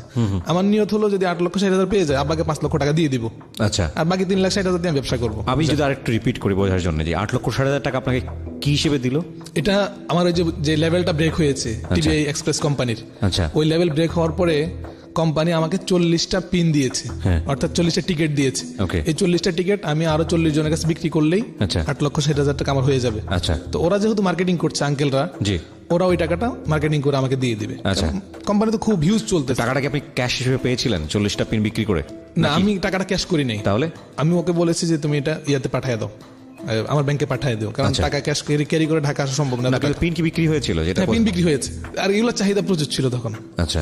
একদিন যা 2 দিন 10 দিন চলে গেল। এই আমার ক্লাসের খুব চাপ, কারণ এটা আমার শেষ বছর পড়ালেখার। জি। আমি আর এত বেশি যোগাযোগ করতে পারছি না। 10 দিন পরে উনি আমাকে ফোন দিয়ে বলে, হুসাইন খুব একটা সমস্যা হয়েছে। কি হয়েছে? যে কোম্পানিতে একটা কঠিন রুলস করছে, এখন থেকে আইডি কার্ড এবং ব্যাংক স্টেটমেন্ট দিয়ে এটা ভেরিফাই করতে হবে, পিনগুলো ভেরিফাই না করলে এটা জয়েনিং নিবে না, জয়েনিং না করলে এটা বিক্রি হবে না। তা বললাম আপনি এটা করেন, আমরা আইডি কার্ড দিচ্ছি আর ব্যাংক স্টেটমেন্ট দিচ্ছি, আপনি করে ফেলেন। কাছে ঠিক আছে, দে 10-12 দিন কিন্তু সময় লাগবে। এই নাটক করতে করতে 1 মাস চলে গেল। 1 মাস পরে কি হলো, সরকারের পক্ষ থেকে কি একটা চাপ আসলো, বাংলাদেশের যে হেড ছিল সে পলাতক, এখন আর পিন বিক্রি হয় না। আমার পিন কিন্তু সে বিক্রি করে ফেলেছে, কিন্তু সেই টাকাটা নিজে মেরে দিয়েছে এবং এই ভেরিফাই নাম করে আমার টাকাটা সে সুন্দর করে মেরে দিয়েছে। তারপরে উনি বিভিন্ন কথাবার্তা বললেন, পরে আব্বাকে অবশ্য 1 লাখ টাকা দিয়েছে। তারপরে অনেক গেমজাম হলো, অনেক দেন দরবার হলো। উনি অস্বীকার করলো যে আমি এত টাকা নিই নেই, 6 লাখ টাকা আমি নিই নেই, কারণ আমরা যখন প্রুফে কাজ করতাম না, এই যে এতগুলো টাকা দিয়েছে, আগে 5 লাখ এখন 6 লাখ, জি। এই টাকার জন্য কিন্তু কোনো দলিল উনি দেয় নাই, আচ্ছা। আমরাও নিয়ে নেই। মানে আম্মা ওনাকে এত বেশি আদর করতো যে বাসায় আসলে মানে নিজের ছেলের চেয়েও বেশি, ওনার শার্ট পর্যন্ত আম্মা ধুয়ে দিত। অথচ আব্বার চাস্তো ভাই, ওনার শার্ট প্যান্ট গুলো আমার আম্মা ধুয়ে দিতেন, কারণ তিনি একজন হাফেজ। আমার ছেলেও হাফেজ, আমার ওই ইয়াও হাফেজ, দেবরও হাফেজ। ওকে, ওকে। কিন্তু ও তো আমাদের সাথে এই ইয়েটা করেছে, এবং মোর দেন 2.5 করোড় টাকা উনি এলাকা থেকে নিয়ে গেছে। আপনি যদি আমার এলাকায় যান এখনো দেখতে পাবেন, 2.5 কোটি টাকা উনি এলাকার মানুষের থেকে এভাবে নিয়েছে। তো এভাবে চলে গেল, আরো 2 বছর গেল। তাহলে এখন দেখেন, ওনার ওষুধগুলো কিন্তু 1 বছর চলে গেল। জি। এদিক দিয়ে আব্বা আমাকে চাপ দিতে লাগলো যে কি ব্যাপার, টাকাটা কোথায়, তোদের ওষুধের কোনো খোঁজ আসতেছে না, ইয়ার কোনো খোঁজ আসতেছে না, টাকার খবর কি? জি। আমি বললাম আব্বা আসবে আসবে। এদিক দিয়ে কাকার সাথে যে আমার এত বড় অকারেন্স ঘটে গেছে, এটা কেন যেন আমি আব্বাকে আর বললাম না, চেপে গেলাম। জি। কিন্তু চেপে গিয়ে কয়দিন আব্বার সাথে অনেক মিটমাট হলো, অনেক কিছু হলো। উনি বললেন যে আমি টাকা নেই, কিন্তু পরে কিন্তু মিটমাট হওয়ার পর আবার 1 লাখ টাকা দিছে। 1 লাখ টাকা দিছে, জি। এটা আব্বা পেলেন। এর মধ্যে আব্বার 8-10 লাখ টাকার কোনো হদিস নেই। 10 লাখ টাকা কোথায়? ওষুধগুলো নষ্ট হয়ে যাচ্ছে, এগুলো মানে সময় পার হয়ে গেছে, Date expire হয়ে যাচ্ছে। ডেট এক্সপায়ার হয়ে গেছে। আর মারাত্মক অবস্থা, এই 10 লাখ টাকার চাপ, এগুলো সব আমার হাত দিয়ে গেছে। আব্বা তো আমার উপর ইয়ে করে যে আমার ছেলে কাজ করতেছে, কোনো টেনশন নাই, খুব ভালো ছেলে। চলে গেল 10 লাখ। এদিক দিয়ে রমজান চলে আসলো। আমি ঢাকার অনেক বড় একটা মসজিদে তারাবি পড়ালাম, যেখানে প্রায় 10 থেকে 15 হাজার মুসল্লি হয় আচ্ছা। তারাবির নামাজ রমজানে। ওকে। তো আব্বাকে বললাম আমি কিছু টাকা পাচ্ছি রমজানে, তো 50,000 বা এরকম, এটা আপনাকে আমি দিব। ওকে। ব্যাস 50,000 টাকা দিলাম। কিন্তু এদিকে আব্বার সাথে আমার মনোমালিন্য, ওনার রাগ বেশি, খুব অবস্থা খারাপ। এর মধ্যে কিন্তু উনি আমাকে এখনো বিশ্বাস করেন, কারণ জাহিদ কাকার কারণে না আমার এই অবস্থা হয়েছে। জি। এর মধ্যে একজন ছিলেন শাহেদ, চিটাং বাড়ি, উনি বর্তমানে দুবাইতে থাকেন। আচ্ছা। তো এই লোকটা, ওই লোকটার সাথে পরিচয়, অত্যন্ত মিষ্টি ভাষায় কথা বলেন, এক মানুষকে 1 মিনিটের মধ্যে আপনাকে ইমপ্রেস করে ফেলবে, একটা হাসি দিবে এবং সুন্দর করে কথা বলবে যে আপনি ইমপ্রেস হয়ে যাবেন। ফাইন, আমরা এখান থেকে ফিরব প্রিয় শ্রোতা। আপনারা শুনছেন সিক্রেটস। আজকে এখানে কনফেস করছে হাফেজ হোসাইন। তিনি একজন মাওলানা, বুঝতেই পারছেন তার কথা শুনে। এবং আমরা ছোট্ট একটা বিরতি নিচ্ছি, মাত্র 2 মিনিটের। আর আপনারা এই অনুষ্ঠানটি আমাদের ইউটিউব চ্যানেল থেকে শুনতে পারেন। আমাদের ইউটিউবের ঠিকানা www.facebook.com/dfm904। আমি আবারও বলি, youtube.com/dfm904। Please like this channel. ফিরে আসছি ছোট্ট একটা বিরতির পর। Secrets.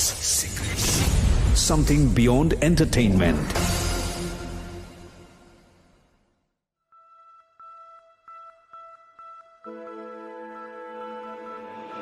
Love. Hate.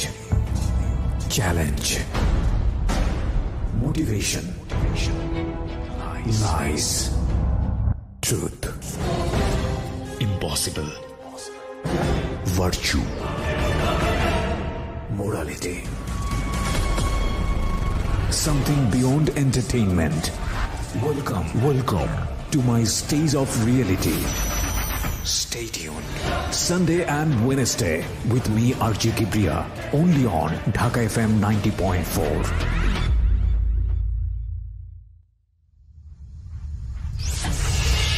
Secrets. Something beyond entertainment. আর একবার স্বাগত জানাচ্ছি, শুনছেন সিক্রেটস। আরজে কিবরিয়া রয়েছে আপনার সঙ্গে, এবং আজকে এখানে কনফেস করছে মাওলানা হাফেজ হুসাইন। তার কাছে আমি আবারও ফিরছি। হ্যাঁ, যেখানটায় ছিলেন, তারপর ওনার সঙ্গে দেখা হলো, মিষ্টি হাসি দিয়ে। মিষ্টি হাসি দিলেন। নাম কি ছিল ওনার? ওনার নাম ছিল শাহেদ, শাহেদ মুমতাজ চৌধুরী। ওকে। আমি আজকে মানে কোনো দ্বিধা করবো না, আমি আমার সবগুলো গল্প বলবো, কারণ এই ধরনের কিছু মানুষের কারণে আজকে বাংলাদেশের লক্ষ লক্ষ, ভাই আপনারা জানেন কিনা আমি জানি না, লক্ষ লক্ষ পরিবার মানে ডেস্ট্রয় হয়ে গেছে, একদম ডেস্ট্রয়। আমার মতো আজকে লক্ষ লক্ষ ছেলে ঘর ছাড়া, এই ধরনের মানুষগুলোর কারণে। ওকে, শুনি। তো এই লোকটা বললো, মামা ভালো একটা কোম্পানি আসছে, তোমার এই টাকাগুলো 6 মাসে তুমি ক্লিয়ার করে ফেলতে পারবা। তো কোম্পানিটার নাম হচ্ছে গোল্ড কোম্পানি, এটা আপনারা সবাই জানেন। বাংলাদেশ থেকে হাজার হাজার কোটি টাকা ছিনিয়ে নিয়েছে যারা। তো এটা কি 6 মাসে টাকা ডাবল দেবে। ওকে। যা ইনভেস্ট করা হবে 6 মাসে ডাবল। আর যে ইনভেস্ট করবে উনি স্পট কমিশন হিসেবে 10% পেয়ে যাবে। অর্থাৎ আপনি যদি 1 লক্ষ টাকা ইনভেস্ট করান কাউকে দিয়ে, আপনি পেয়ে যাবেন 10,000। আচ্ছা। আর 90,000 কোম্পানির অ্যাকাউন্টে জমা হবে। ওকে। আপনি যদি আবার 1 লাখ টাকা করান, মোট 2 লাখ, তাহলে আপনি আরো 10,000 পাচ্ছেন। রাইট। কত হলো? 20,000। 20,000। এই 20,000 ম্যাচিং হওয়ার কারণে কোম্পানি আপনাকে আরো 10,000 টাকা দিবে, টোটাল 30,000 টাকা। ওকে। 30,000 পেয়ে গেলেন। আর কোম্পানির কাছে গেল 1,70,000। এর মধ্যে লেভেল বাই লেভেল ওদের লিডার অনুযায়ী এই টাকাগুলো টোটাল ভাগ হয়ে যায়। ওকে। আসল কথা, টোটালটা একটা প্রতারণা। আচ্ছা। তো আমি মানে এইটা তো সবাই করছে। ওদের অফিস হচ্ছে মোতালেব প্লাজায় তখন ছিল অফিস। আচ্ছা। এবং খুব ভালো, আমার পরিচিত কয়েকজন 50 লাখ 60 লাখ টাকা দিয়েছে। এবং বাংলাদেশের নাম করা কয়েকটা মসজিদের ইমাম সাহেব, যারা মানুষকে ভালো বয়ান করেন, এই ধরনের বড় বড় কয়েকজন ইমাম সাহেব, তারাও একজন 50 লাখ, মোর দেন 50 লাখ উনি ইনভেস্ট করেছে ওই সাহেবদের মাধ্যমে। My goodness. এবং আমি এটা বলি যে বাংলাদেশের, আমার কথা হচ্ছে, এই ব্রেনে কিভাবে 50 লাখ টাকা ইনকাম করে? ইনভেস্ট করাটা পরের বিষয়। উনি বাংলাদেশের যে মসজিদগুলো মানে খুব নাম করা, হ্যাঁ, এরকম একটা মসজিদের উনি খতিব। আচ্ছা ওনার অনেক বিজনেস আছে, আচ্ছা, আচ্ছা। থাকতে পারে, এটা থাকতে পারে, নো Okay. প্রবলেম। জি। আমাকে বললো যে আফ্রিকা থেকে কাঁচা সোনা তোলা হয়, এই স্বর্ণগুলো যখন ওরা তোলে তখন দাম অনেক কম থাকে। আচ্ছা। যেমন আমাদের এখানে 50,000 বা 60,000 টাকা ভরি, কিন্তু তখন ওদের কাছে এটা থাকে 5,000 4,000 টাকা, $50 $60। আচ্ছা এটা আমাদেরকে বুঝিয়েছে, আমরা তো জানি না তখন, এত কিছু জি, বুঝতাম না। জি। সব মানুষ এটা বোঝাচ্ছে। তো এই কোম্পানি এটা নিয়ে এই কাঁচা সোনার ব্যবসা করে, এটা খাঁটি করে তখন 30,000 40,000 এটা বিক্রি করছে। জি এই বুস্টটা যখন আপনাকে দিবে বা আমাকে দিবে, যারা বোঝে না তাদের কি অবস্থা হবে? ওকে তোমাকে 6 মাসে ডাবল দিচ্ছে, আর ওরা প্রতিদিনই ডাবল নিচ্ছে। এই জিনিসটা আমাদেরকে বুঝালো। ক্যাশটা কি আপনার কাছ থেকে কেন নিচ্ছে তাইলে? মানে ওরা যদি এই জিনিস লাভই করে, ওরা নিজেরা তুলে ক্যাশটা হলো যে ওই যে 1 ভরি স্বর্ণ ওরা হ্যাঁ। কিনতেছে, এটা তুমি ওই কোম্পানি থেকে কিনলা। আচ্ছা তুমি কিনে এখন কোম্পানি ব্যবসা করে তোমাকে একটা পার্সেন্টেজ দিবে, আর তুমি একটা পার্সেন্টেজ নিবে। আচ্ছা শরীয়ত অনুযায়ী এটা হারাম না, আচ্ছা যদি জানা থাকে। জি তো এই অনুযায়ী ব্যবসা হলো। এটার খবর আপনারা সবাই জানেন, হাজার হাজার কোটি টাকা নিয়ে মানে লেখালেখি হয়েছে পত্র হ্যাঁ, এটা সরকার নিষিদ্ধ করে দিয়েছে। জি। আমার ঘটনা ছিল, আমি তখন আমার এক আন্টি আছেন, উনি চাঁদপুরে থাকেন, ওনার কাছ থেকে 2 লক্ষ টাকা, এবং আব্বাকে বললাম। তো আব্বার কাছে তখন আর ক্যাশ টাকা নাই, কারণ আমাকে 11 লক্ষ টাকা দিয়েছে। তো আব্বা কি করলেন, আমার এক কাকা আছেন, লোকমান কাকা, উনি বিদেশে থাকেন, তখন সৌদি আরব থাকতেন, ওনার 6 লক্ষ টাকা ছিল। এবং আমার একটা কাকি আছেন, ওই কাকাটা মারা গেছেন, রাসু কাকি, তো ওনার 2 লক্ষ টাকা ছিল। তো আমি তো বলেছি হালাল ব্যবসা, কোনো সমস্যা নেই, আপনি আমাকে টাকাটা দেন। তাহলে ওই লোকমান কাকা 6 লাখ, রাসু কাকি 2 লাখ 8 লাখ, আর হচ্ছে আমার আন্টির 2 লাখ, এই মোট 10 লাখ টাকা আমি এখানে ইনভেস্ট করলাম। ওকে আমি ইনভেস্ট করে কোম্পানি খুব চলছে, আমি 1 মাস পেলাম, 1 মাস টাকা পাইছি, মানে 10% করে 1 লাখ টাকার মতো পেয়ে গেলাম। জি কিন্তু পরের মাসেই সব দরা বাঁধা শুরু হয়ে গেল, কোম্পানি বন্ধ হয়ে গেল, সব উধাও। তো এই কোম্পানি, এর মধ্যে ভাই অনেকগুলো গল্প আছে, easiaonline.com, .us, তারপর বিস, তারপর হচ্ছে .com, হ্যাঁ এই ধরনের, তারপর কোম্পানি ক্লিকের মাধ্যমে টাকা দেয়, এই ধরনের অনেকগুলো কোম্পানিতে আমি কাজ করেছি। আমার মুখটা না হা হয়ে গেছে আপনার কথা শুনে, যে you just mention the name, আমার মানুষের নাম মনে থাকে না, একটা বড় সমস্যা। আমি আরো কয়েকটা বলতে পারবো, কিন্তু ফাইন ইউ ক্যান। এগুলা সবই কি এই ধরনের এই MLM ব্যবসা বা প্রতারণা করার মতো জি জি ঘটনা? জি, ইভেন আপনি বিশ্বাস করবেন কিনা জানেন, এখনো এই প্রতারক চক্র সক্রিয়। অবাক হয়ে যাবেন, এরকম একটা কোম্পানি আসলো, কোম্পানিটার নাম আমার মনে নাই, ওরা নিজেরাই 8 লক্ষ টাকা খরচ করে একটা সফটওয়্যার তৈরি করলো, মানে এই সিস্টেম যে পার মান্থ ইয়ে করবে। আর এটার ব্যাকগ্রাউন্ডে এত তথ্য দিল যে ওয়ারেন বাফেট এই কোম্পানির ব্যাপারে এই বলছে, অমুক এই বলছে, বিল গেটস এই বলছে, হ্যাঁ মানে এমন ধরনের তথ্য দিয়েছে যে এই কোম্পানিটাকে ওরাই ইয়ে করতেছে আর কি, সার্ভাইভ করতেছে এই ধরনের। তো এটা বিশ্বাস করবে নাকি? Right. তো আমি একদিন আসলাম, DOHS ওদের অফিস ছিল, তো আমি বললাম আপনারা যেটা করছেন এটাও তো ফল্ট। তো বলে বস আপনি তো MLM ব্যবসায়ী বুঝেন নাই। আমি বললাম বুঝি নাই বলতে? তো বলতেছে MLM ব্যবসার নিয়মই হচ্ছে আপনি 6 মাস আর্ন করবেন, এরপর আপনি মানে একটা সলিড লাইফ লিড করবেন, লাক্সারিয়াস লাইফ লিড করবেন, আর বিদেশ চলে যান, সমস্যা কি, আপনি 10 কোটি 20 কোটি টাকা নিয়ে চলে যান। ওকে পজ, আমি এখান থেকে ফিরবো।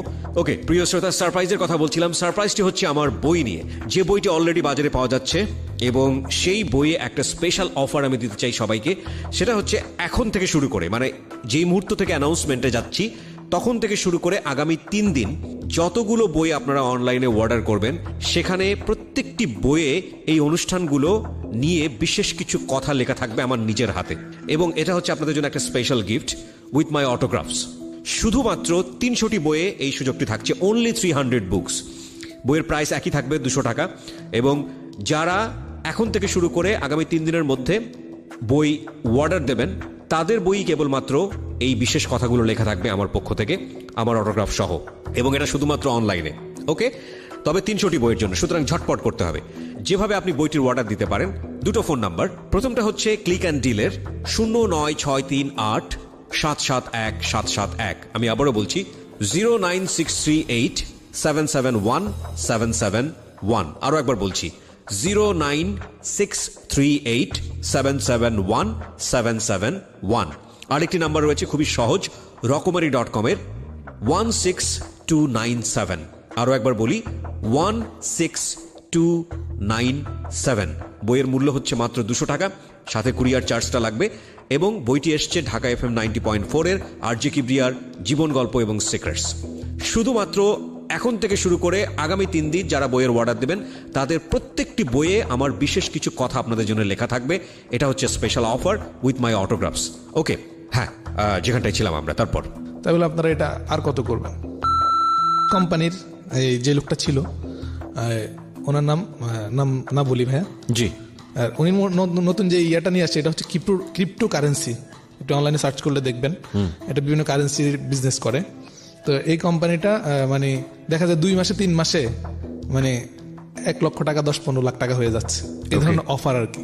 ওকে, তো এই কোম্পানি, ওনাকে আমি বললাম যে আপনি যে এই যে টানলেন, মানুষের কোটি কোটি টাকা নষ্ট হয়ে গেল, আপনার কি এই জন্য আফসোস হয় না? আবার আপনি নতুন কোম্পানি নিয়ে আসছেন। তো বলছে, ধর্মিয়া আমরা কি নিজেরা কারো ক্ষতি করছি নাকি? সরকারি তো এটা বন্ধ করে দিচ্ছে। আমি বললাম, সরকার বন্ধ করছে মানে? আপনাদের যখন প্রয়োজন ফুরাই গেছে, যখন আর কমিশন মানুষকে দিতে পারবো না, তখন আপনারা বন্ধ করে দিয়েছেন। তখন আর সে কথা বলে না, চুপ করে আস। বলে আপনি ব্যবসায় বোঝেন নাই, MLM ব্যবসাটাই আপনি বোঝেন নাই, মাল্টি লেভেল মার্কেটিং। ওকে, গেল। এরপরে গেল যে কোম্পানিগুলো, এরকম 8-10টা কোম্পানির নাম বললাম, জি, যারা এরপরে যখন 6 মাসে মানুষ ইয়ে হলো, 3 মাসে ডাবল, 2 মাসে ডাবল, এরপর আসলে একটা ডেইলি ট্রেড, 15 দিনে ডাবল, মানে এভাবে একের পর এক কোম্পানি আসতে থাকলো। আর এই যে হতচ্ছাড়া মানুষগুলো যারা প্রথমে টাকা হারালো 5 লাখ 10 লাখ, আমার তো মোর দেন 21 লাখের উপরে কিন্তু চলে গেল ভাইয়া। তাহলে আমার 21 লাখ টাকা আমি কোথেকে দেবো? আমি যে 1 মাস 2 মাস কমিশন পেয়েছিলাম, সেটা দিয়ে না হয় 2 মাস 3 মাস পরিবারকে বুঝ দিয়েছে যে এই কমিশন পাচ্ছেন, নিচ্ছেন। মিথ্যা কথা, মিথ্যার উপর মিথ্যা। কিন্তু আমার এই কোম্পানিগুলো চলে গেছে, আমি তো পরামর্শ করে নেই। এখন আমি তাদের কাছে কি জব দেব? এই মাথার মধ্যে আস্তে আস্তে চাপ শুরু হয়ে গেল। চাপ শুরু হইতে হইতে আমি তখন আব্বার মানে ঝগড়া, আম্মার সাথে, আমার সাথে, সবার সাথে, মানে আব্বার রাগ, তার এই খালার টাকাগুলো সব চলে গেল। তার কষ্টটা কোন পর্যায়ের! এই বাসার মধ্যে সারাদিন এরকম গন্ডগোল। আমি তখন বাসা থেকে লিভ করলাম। বাসা থেকে আমার এক ফুফাতো ভাই ছিল, উনি মিরহাজিরবাগ থাকতেন। ভাইয়াকে বললাম, ভাই কয়েকটা মাস আমাকে এখানে থাকতে দেন। কোনো সমস্যা নেই, যতদিন এসে থাক। আর আমার একটা ইয়ে ছিল, আমি যেখানে থাকি বন্ধু বান্ধব নিয়ে খাওয়া দাওয়া, মানে এগুলো কোনো সমস্যা নেই, খুব খরচ করতে অভ্যস্ত আর কি। এই জন্য আমার আম্মা সবসময় বলে যে আমার ছেলেরা জীবনে টাকা জমাইতে পারবে না। আসলে ভাই আমার এক পকেটে এখন 500 টাকা আছে, এছাড়া কোনো টাকা নেই। ওকে, তো ওখানে 3 মাস থাকলাম, কিন্তু ওই যে মাথায় একটা চাপ, 21 লাখ, এত টাকা আমি কিভাবে শোধ করবো? এই চিন্তা থেকে এমনি অনলাইনে একটু গোতাগতি করি, যে অনলাইনে সবাই একটা আমাদেরকে মোটিভেশন দেয় যারা MLM বিজনেস করে, যেখান থেকে তুমি শেষ করেছো ওখান থেকে তুমি ফুল ফুটাতে হবে, ওখান থেকে আবার 20 টাকা আর্ন করতে হবে। এগুলো মোটিভেশন দেয় হ্যাঁ, আপনাদের? অনেক মোটিভেশন আছে এগুলো, এরকম আচ্ছা। অসংখ্য মোটিভেশন। তারপরে সার্চ দিতে থাকলাম যে অনলাইনে কি আয় করা যায়। তখন একদিন পেলাম eshoayakori.com, একটা ওয়েবসাইট। ওকে, তো ওখানে এক ভাইয়ের নাম্বার দেওয়া আছে, রাকিব ভাই, উনি ভালো মানুষ খুব। রাকিব ভাইকে ফোন দিলাম, তো বললো আপনি আসেন, আপনার সাথে কথা বলি। তো গেলাম, যাওয়ার পর বললাম ভাইয়া টাকা কিভাবে ইনকাম করা যায়। তো উনি বললেন যে আমিও তো নতুন, এখানে একটা বিজনেস আছে, সেটা হলো ফরেন এক্সচেঞ্জ বিজনেস। এটাকে সংক্ষিপ্ত বলে ফরেক্স। ফরেক্স ওকে, ফরেক্স বিজনেস আপনি করতে পারেন। এখান থেকে আপনি চাইলে কোটি টাকা আর্ন করতে পারেন, এবং এটাতে পেমেন্টের কোনো সমস্যা নাই। আগের কোম্পানিগুলো যেমন আপনি টাকা ইনকাম করেছেন, একজনের কাছে ডলার বিক্রি করতে হতো, বা কেউ ডলার কিনলে তখন দিতে হতো, কিন্তু এই টাকাটা আপনি সরাসরি ব্যাংক থেকে তুলতে পারবেন, মাস্টার কার্ড দিয়ে তুলতে পারবেন, সব করতে পারবেন, কোনো সমস্যা নেই। তাই বললো এটাই তো খুঁজতেছি এত বছর যাবত, এই রিয়েলিটি তো খুঁজতেছি। তো বললো ঠিক আছে আপনি শিখেন। কীভাবে শিখতে হবে উনি আমাকে দেখালো। সফটওয়্যার আছে, MT4 সফটওয়্যার, এটা ডাউনলোড করলাম কম্পিউটারে, এবং উনি আমাকে টুকটাক দেখালেন, আর $50 ডিপোজিট করে দিলেন। ওকে, এটা আস্তে আস্তে করবেন আপনি, এভাবে করবেন, তাহলে আপনি আস্তে আস্তে $1 $2 করে ইনকাম করবেন, আস্তে আস্তে বাড়বে। তো আমি কি করলাম, আমার তো টাকার দরকার, আমি প্রথম দিনে উল্টাপাল্টা ট্রেড করলাম, কেনা বেচা করলাম। ট্রেড বলতে ওখানে আপনার ফাংশনটাকে আমাকে যদি একটু সিনাপসিসটা আমি বোঝান। সংক্ষিপ্ত আকারে, শ্রোতারা যারা ট্রেড করে, আমি জানি এই অনুষ্ঠানটা অনেক ফরেক্স ট্রেডাররা শুনবে। ভাই আমি আপনাদের প্রতি সম্মান রেখেই বলছি, আপনারা আমার প্রতি রাগ করবেন না, কারণ আমি জানি যে ফরেক্সে 98% লোক লুজার, এবং যে ব্রোকারগুলো কাজ করে ওখানে ওদের ওয়েবসাইট লেখা আছে যে CFD trading is very risky for your মানি, এরকম লেখা আছে। তারপরে সিগারেট তো মানুষ খায়, সিগারেট পান করে। এক্স্যাক্টলি। হ্যাঁ, তো ফরেক্স এটা হচ্ছে এমন, আমাদের বাংলাদেশে যেমন শেয়ার মার্কেট আছে, শেয়ার মার্কেটে আমরা কি করি, টাকা ইনভেস্ট করি, জি, এবং যদি শেয়ার কেনার পরে এটা যদি লসও চলে যায়, আমার শেয়ারটা কিন্তু থাকে। এক সময় যদি 10 বছর পরেও দাম বাড়ে, আমার শেয়ারটা কিন্তু থাকলো, রাইট, মানে একদম আমার ব্যালেন্স খালি হয়ে যায় না। রাইট। কিন্তু এই মার্কেটটা হচ্ছে এমন, এটাও ইন্টারন্যাশনাল শেয়ার মার্কেট। 6 বছর আগে আমি যখন 2012 সালে ট্রেড শুরু করি, তখন এই মার্কেটে per day world wide $4 trillion লেনদেন হইতো। $4 ট্রিলিয়ন। আর গত 6 মাস আগে শুনেছি $6 ট্রিলিয়ন ক্রস করেছে। ওকে, $6 ট্রিলিয়ন পার ডে লেনদেন হয়, এবং এগুলোতে লিড করে হচ্ছে ওয়ার্ল্ড ওয়াইড যে বিগ ব্যাংকগুলো আছে, city bank, America USA city bank, বা বড় বড় যে ব্যাংকগুলো আছে, UBS, এই ব্যাংকগুলো এরা লিড করে। ওকে। তো ওখান থেকে কিন্তু ওই ধরনের ব্যাংকগুলোতে যারা ট্রেডিং করে, ওদের সাথে যারা ট্রেডিং করে ওখানে অনেক কন্ডিশন আছে, যেমন লেভারেজ কত % নিতে পারবে, সুদ কত % নিতে পারবে, সুবিধা কতটুকু দিবে, ঋণ কতটুকু দিবে, এবং $25,000 নিচে ট্রেড করা যায় না। তার মানে বিগ মানি। ওকে। কিন্তু আমাদের দেশে যে সকল ব্রোকার হাউসগুলো কাজ করে এরা ওই $5 দিয়েও ট্রেড করা যায়। আপনি $5 ডিপোজিট করতে পারবেন, $100 ডিপোজিট করতে পারবেন। ওকে। মানে অনেক লো স্কেল আপনাকে সুযোগ দিয়ে দিচ্ছে। এবং এই অ্যাকাউন্টগুলো এমন যে আপনি ট্রেড দিবেন, যদি আপনার বিপরীতে আপনার ইয়েটা যায়, মার্কেটটা যায়, আপনার অ্যাকাউন্ট জিরো হয়ে যাবে। মানে ওই টাকাটা পুরাই চলে গেল বাইরে। আচ্ছা, ওটা ওদের পকেটে চলে এটা গেছে। তো এক ধরনের বড় ধরনের জুয়া। জি জি জি, অবশ্যই আমি বিস্তারিত বলছি। যে এটা আপনার জায়গা থেকে অফকোর্স ইটস আ ক্রাইম, সেটা তো আপনি কেন গেলেন? এটা যে হারাম এটা তখনও বুঝিনি, এটা এখন বুঝি। আচ্ছা, এটা আমি আপনাকে বলছি। Okay fine. তো এই সফটওয়্যারটা এরকম যে দুইটা কারেন্সি একসাথে থাকে, যেমন euro USD, euro dollar USD dollar, জি। তারপর ইউএসডি ডলার জাপানি ডলার, ইউডি dollar, Australian dollar, Swiss franc, এভাবে অসংখ্য। আপনার ফেসবুকের শেয়ারও এটাতে আছে, অ্যাপলের শেয়ারও আছে, ওয়েল আছে, সিলভার আছে, গোল্ড আছে, সব কিছু শেয়ার আছে। আর বাংলাদেশের বা আমাদের শেয়ার মার্কেটটা যেরকম একমুখী, যে মার্কেট উঠলেই শুধু লাভ হয়, নামলে শুধু লস হয়, এখানে এরকম না। এখানে মার্কেট অলওয়েজ ওপেন, এবং আপনি চাইলে উপরেও মারতে পারেন, নিচেও মারতে পারেন। ওকে। অর্থাৎ বাই সেল একসাথে করা যায়। ওকে। আর এখানে এই টাকাটা এরকম থাকে 24 ঘন্টা মার্কেট ওপেন, সপ্তাহে 5 দিন, শুক্র এবং শনিবার ছাড়া, শনি এবং রবিবার ছাড়া, আর 5 ডেজ মার্কেট ফুললি ওপেন। ওকে। আর এই ব্রোকার হাউসগুলো ওয়ার্ল্ডে এখন প্রায় 4,500 উপর ব্রোকার হাউস আছে, 4,500 উপরে। মাই তো গুডনেস। আমাদের মতো এই ধরনের কান্ট্রিগুলোতে এরা টাকা নেওয়ার জন্য আসে, টাকা নেওয়ার জন্য আসে। এদের বিভিন্ন দালাল তৈরি হয় আমাদের দেশে। দালাল কি? এরা রিপ্রেজেন্টেটিভ, মানে এই সম্মানিত শব্দ দিয়ে এদেরকে এখানে নিয়োগ দেয়। ওকে। এই রিপ্রেজেন্টেটিভরা কি করে, যে ব্রোকার হাউসের বিভিন্ন সুবিধা, আপনি এখানে এই পাবেন, সেই পাবেন, ফরেক্স করলে এই লাভ, 3 দিনই কোটিপতি, 5 দিনই কোটিপতি, বা আপনি এই কমিশন পাবেন, পার লট ট্রেড করলে আপনি $15 করে পাবেন, অনেক টাকা। মানে ডলারের নিচে কোনো কথা নাই, এখানে ডলার আর ডলার। আসলে ডলার আছে, কিন্তু এখানে সব লুজার, এটা হলো মেন কথা। তা আমাদের দেশে কিছু নিম্নমানের ব্রোকার কাজ করে, কেন বড় ব্রোকারগুলো এখানে আসবে না। জি। অসংখ্য ব্রোকারে বাংলাদেশের নামটা নিষিদ্ধই আছে, যে বাংলাদেশি পিপলের জন্য অ্যাকাউন্ট খোলা নিষেধ, এদের এই সুযোগ নাই। ওকে। যাই হোক, তো $50 দিয়ে আমি শুরু করলাম। আমি প্রথমেই লস করলাম। লস করার পরে আমি চিন্তা করলাম যে আসলে এটা ঠিক না বে ঠিক, কিছু বুঝতে পারছি না। পরে আরেকটা ভাইয়ের সাথে যোগাযোগ করলাম, ওনার বাড়ি সিলেট। ফোন দিলাম, অনলাইনে নাম্বার পেলাম। তো উনি বললো, ভাই আপনি শান্ত মাথায় ট্রেড করেন, আপনি ইনশাল্লাহ, আমি তো মাসে 2-2.5 লাখ টাকা ইনকাম করি, আপনিও করতে পারবেন। তো আমি চিন্তা করলাম 2 লাখ টাকা ইনকাম করলে আর কি লাগে, ঠিক আছে আমি করব। তো আমি আস্তে প্রশিক্ষণ নিতে থাকলাম, $40-50 করে ঢুকাইতে থাকলাম, লস করতে থাকলাম, ঢুকাইতে থাকলাম, লস করতে থাকলাম। একটা সময় গিয়ে রাকিব ভাইকে বাদ দিয়ে জিকু ভাই নামে একজন আছেন মিরপুরের, ওনার কাছে আমি ইয়ে করলাম, ফরেক্সের দীক্ষা নেওয়া শুরু করলাম। মানে ট্রেনিংটা নিচ্ছিলেন যে কিভাবে হয়। Okay fine. মরণকূপের দিকে এগোচ্ছেন বুঝতেই পারছি আমরা, কারণ আপনার সেটাই তো আলটিমেটলি আজ করছিলেন, বা আপনি ধারণা দিচ্ছিলেন আমাদেরকে যে আসলে 98% হচ্ছে লুজার।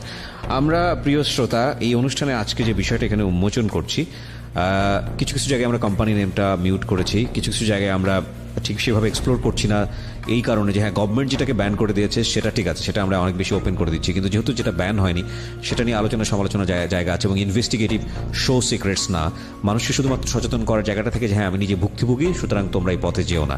তো সেই জায়গাটা থেকে আমরা চাইলেই একটা কোম্পানি প্রোফাইলকে কোনোভাবেই ডিমাইজ করতে পারি না, ইররেসপেক্টেবল একটা জায়গায় নিয়ে আসতে পারি না। সো ওই জায়গাটা থেকে আমাদের উনি যে অনলাইনের যে নামটার কথা বলছেন বারবার, যে কোম্পানিটার নাম, সেটাকে আমাদের মিউট করতে হচ্ছে, because it's very international renowned company, যেখানে ফেসবুকের মতো কোম্পানির শেয়ার আছে, আরও বড় বড় কোম্পানির শেয়ার আছে, বুঝতেই পারছেন। কিন্তু আপনাদেরকে যে মেসেজটা আমরা দিতে চাই, যেটা ওনার জীবনে ঘটেছে সেই রাস্তায় আপনি যাতে ভুলে কখনো না যান। ওকে, আমরা ছোট্ট একটা বিরতি নেব, ঠিক রাত 12টায় আমরা ফিরে আসছি। আপনারা শুনছেন secrets, Dhaka FM 90.4 with me RJ Kibria. Secrets. Something beyond entertainment.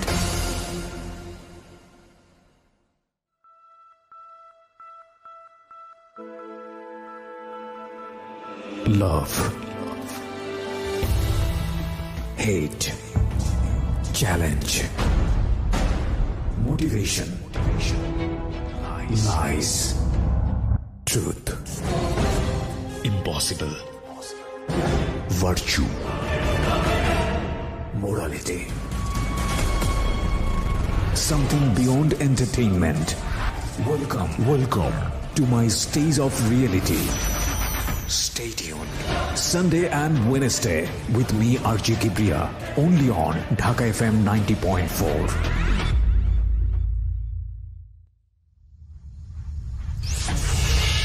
Secrets. Something beyond entertainment. সময় রাত 12টা। প্রিয় শ্রোতা, আপনারা শুনছেন সিক্রেটস ঢাকা এফএম 90.4-এ। আমি আরজি কিবরিয়া রয়েছি আপনার সঙ্গে, এবং কথা না বাড়িয়ে আমি আবারও ফিরছি হুসাইনের কাছে, যেখানটায় আমরা ছিলাম। তারপর তো আমাদের এক পরিচিত ভাই মিরপুরে যিনি থাকেন, জিকু ভাই, উনি আমাকে ফোন দিলেন একদিন।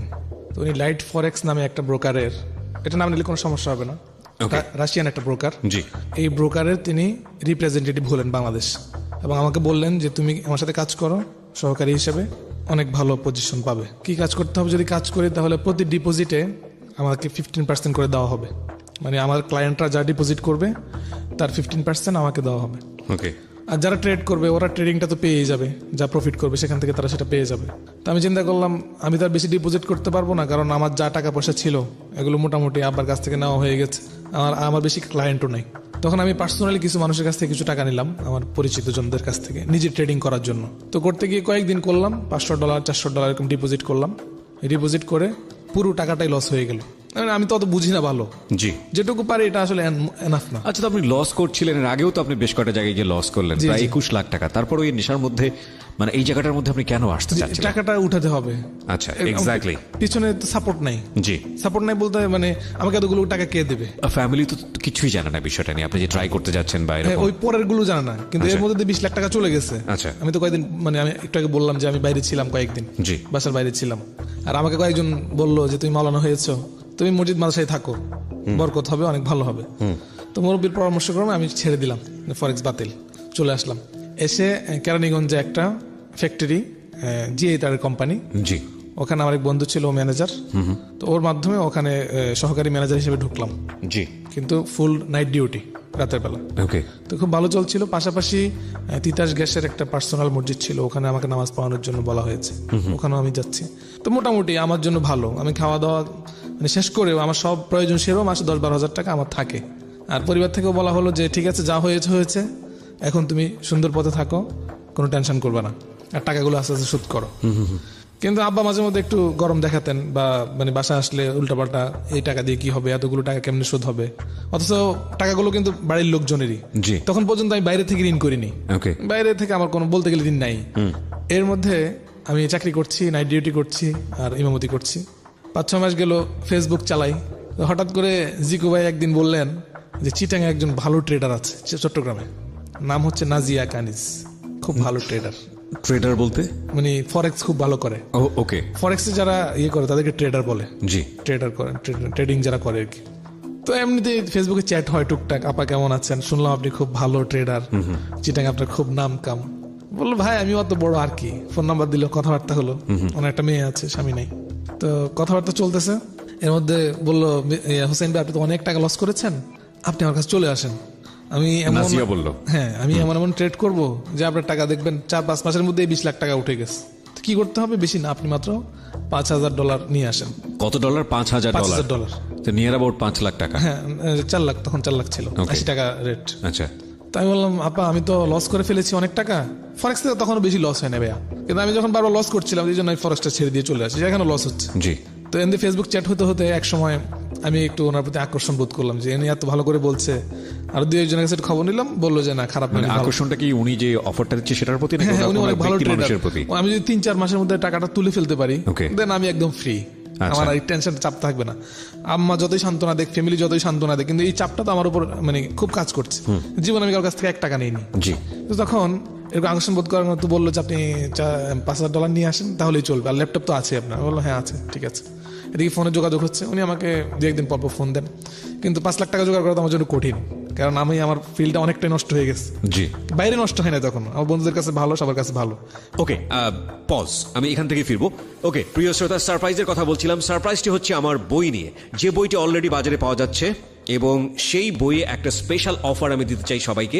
সেটা হচ্ছে এখন থেকে শুরু করে, মানে যেই মুহূর্ত থেকে অ্যানাউন্সমেন্টে যাচ্ছি তখন থেকে শুরু করে আগামী 3 দিন যতগুলো বই আপনারা অনলাইনে অর্ডার করবেন, সেখানে প্রত্যেকটি বইয়ে এই অনুষ্ঠানগুলো নিয়ে বিশেষ কিছু কথা লেখা থাকবে আমার নিজের হাতে, এবং এটা হচ্ছে আপনাদের জন্য একটা স্পেশাল গিফট উইথ মাই অটোগ্রাফস। শুধুমাত্র 300টি বইয়ে এই সুযোগটি থাকছে, অনলি 300 বুকস। বইয়ের প্রাইস একই থাকবে 200 টাকা, এবং যারা এখন থেকে শুরু করে আগামী 3 দিনের মধ্যে বই অর্ডার দেবেন তাদের বই কেবলমাত্র এই বিশেষ কথাগুলো লেখা থাকবে আমার পক্ষ থেকে, আমার অটোগ্রাফ সহ, এবং এটা শুধুমাত্র অনলাইনে। ওকে, তবে 300টি বইয়ের জন্য, সুতরাং ঝটপট করতে হবে। যেভাবে আপনি বইটির অর্ডার দিতে পারেন, দুটো ফোন নাম্বার। প্রথমটা হচ্ছে ক্লিক অ্যান্ড ডিলের 09638771771। আমি আবারও বলছি 09638771771। আরও একবার বলছি 09638771771। আরেকটি নাম্বার রয়েছে খুবই সহজ, রকমারি.com-এর 16297। আরও একবার বলি 16297। বইয়ের মূল্য হচ্ছে মাত্র 200 টাকা, সাথে কুরিয়ার চার্জটা লাগবে, এবং বইটি এসছে ঢাকা FM 90.4 এর RJ কিবরিয়ার জীবন গল্প এবং সিক্রেটস। শুধুমাত্র এখন থেকে শুরু করে আগামী 3 দিন যারা বইয়ের অর্ডার দেবেন তাদের প্রত্যেকটি বইয়ে আমার বিশেষ কিছু কথা আপনাদের জন্য লেখা থাকবে। এটা হচ্ছে স্পেশাল অফার উইথ মাই অটোগ্রাফস। ওকে, হ্যাঁ, যেখানটায় ছিলাম আমরা। তারপর তখন এই নারায়ণগঞ্জে আমার এক ভাই ছিলেন শাহিন, উনি ভালো ব্যবসায়ী। আর আমি একটা আমার বন্ধুদেরকে নিয়ে, আমরা যারা 2010-11 সালে মাদ্রাসা থেকে একসাথে বিদায় হয়েছি 485 জন, এর মধ্যে থেকে প্রায় 100 জনকে নিয়ে আমরা একটা ফ্রেন্ড সোসাইটি করেছিলাম, বন্ধু মহল সোসাইটি। জি, আমরা মাসে 1000 টাকা করে জমা রাখবো। এই সংগঠনটা আমি করেছি, ওখানেও শাহিন ভাই ছিলেন। নারায়ণগঞ্জের শাহিন ভাইয়ের কাছ থেকে আমি বললাম, ভাই এমন একটা ভালো ব্যবসা আছে, আপনি পার মান্থ এই 10,000-12,000 টাকা করে পাবেন। এটা কিন্তু অবৈধ কাজ করলাম, এটা শরিয়া অনুযায়ী নিষিদ্ধ। জি। তো বললো, হোসেন ভাই আপনার সাথে তো আমার অনেক বছরের সম্পর্ক, আর আপনার লেনদেন কখনো খারাপ পাইনি। আর এর মধ্যে আমাদের বন্ধুমহল যে সোসাইটি ছিল, এটার থেকে ওনাকে আমরা 2 লাখ টাকা লোন দিয়েছিলাম ব্যবসার জন্য। উনি এটা ঠিক মতো ফেরত দিয়েছে, আমরাও লেনদেন করছি। তো উনি আমাকে 5 লাখ টাকা দিল। 5 লাখ টাকা দেওয়ার পর এখানে নাজিয়া আপা বললেন যে আপনি বসুন্ধরা সিটিতে যান। বসুন্ধরা সিটিতে জালাল ভাই এবং জসিম ভাই 2 জন লোক আছেন, ওনারা ACM গোল্ড নামে একটা ব্রোকার, যেটা সাউথ আফ্রিকান। জি। এই ব্রোকারের রিপ্রেজেন্টেটিভ ওনারা। আপনি তো লাইট ফরেক্সে কাজ করেছেন, লাইট ফরেক্সে তো ভালো না, আপনি ACM এ যান, এটা ব্রোকার ভালো, মানে এটা রেগুলেশন ভালো, সব ভালো, আপনি ওদের সাথে কাজ করেন। আর এটা প্রফিটটাও খুব তাড়াতাড়ি আপনি উইথড্র করতে পারবেন। নর্মালি ব্রোকার হাউস থেকে প্রফিটগুলো 1 ঘন্টা থেকে 3 দিনের মধ্যে উইথড্র করা যায়, জি, যে লাভটা হয় আর কি। তাই বললাম ঠিক আছে। তা উনি তো চিটাগাং, আর যেহেতু জসিম ভাই আর শাহজালাল ভাই ওনারা বসুন্ধরা সিটিতে আছে, তো ওনাদের সাথে বসে আমি কাজ করলে কোনো সমস্যা হবে না। আপাকে কিন্তু আমি এখনো দেখি নাই, উনি চিটাঙে আছে। তো আমি বললাম ঠিক আছে আপা, আমি ডলার করে আমার অ্যাকাউন্টে ঢুকাচ্ছি। তো বসুন্ধরা আসলাম, ACM গোল্ডের ব্রোকার হাউসে আমি ওই দিনই নগদ ক্যাশ টাকা দিয়ে $5,000 ডিপোজিট করলাম। $5,000 আপনি ডিপোজিট করে দিলেন? ডিপোজিট করলাম, এটা তো যাবে না, এটা তো ডলার আছেই, নো প্রবলেম। আচ্ছা, এটা আমি চাইলে যে কোনো মুহূর্তে উঠাতে পারবো, লাভ হবে, আস্তে আস্তে লাভ হবে। তা আমি কি করলাম, আমি যখন চিটাং যাই, আমি 2-3 দিন পরে আসবো, আমি আপাকে অ্যাকাউন্টের লগইন পাসওয়ার্ডটা দিয়ে দিলাম, যে আপনি ট্রেড শুরু করেন, আমি আসতে আচ্ছা, এরা এই মানুষগুলো খুঁজে পায় কিভাবে বাংলাদেশে? আপাকে তো করেছে, মানে আপাকে ওরা সার্টিফাই করেছে। আমি আপনার গল্পটা যখন শুনছিলাম না, আমি নিজে নিজে চিন্তা করি, আমার ব্রেনের ভিতরে কিছু অদ্ভুত জিনিস কাজ করছিল। মানে আমার কাছে অবাক লাগে এটাই, কোন নেশাটা কাজ করে ব্রেনে তখন মানুষের, যে 20-21 লাখ টাকা লস অলরেডি হয়ে গেছে। যেটাই আপনি যে লাইনেই করেন না কেন, রাস্তা তো সব একটাই।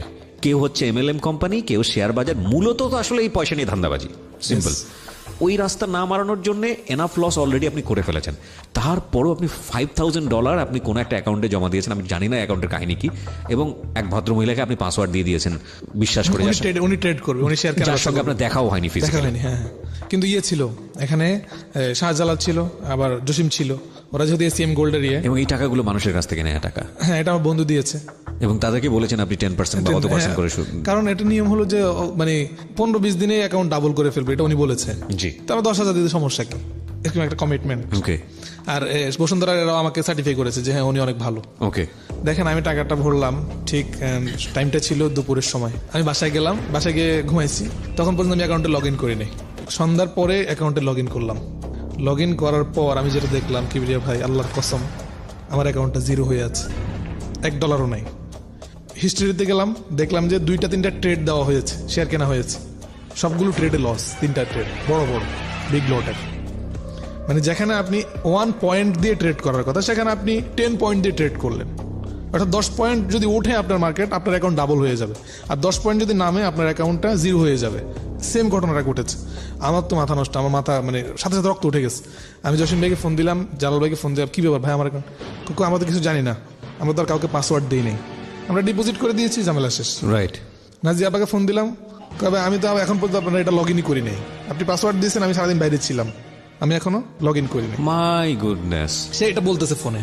পরে একদিন পরে উনি আমাকে সান্ত্বনা দিচ্ছে, হোসেন ভাই আপনার তো অনেক অবস্থা খারাপ, আপনি কোনো মতে $500 জোগাড় করে আসেন, আপনি আমার কাছে চলে আসেন, হ্যাঁ আপনি আমার কাছে এসে ট্রেড করেন, দেখেন আমি কীভাবে ট্রেড করি।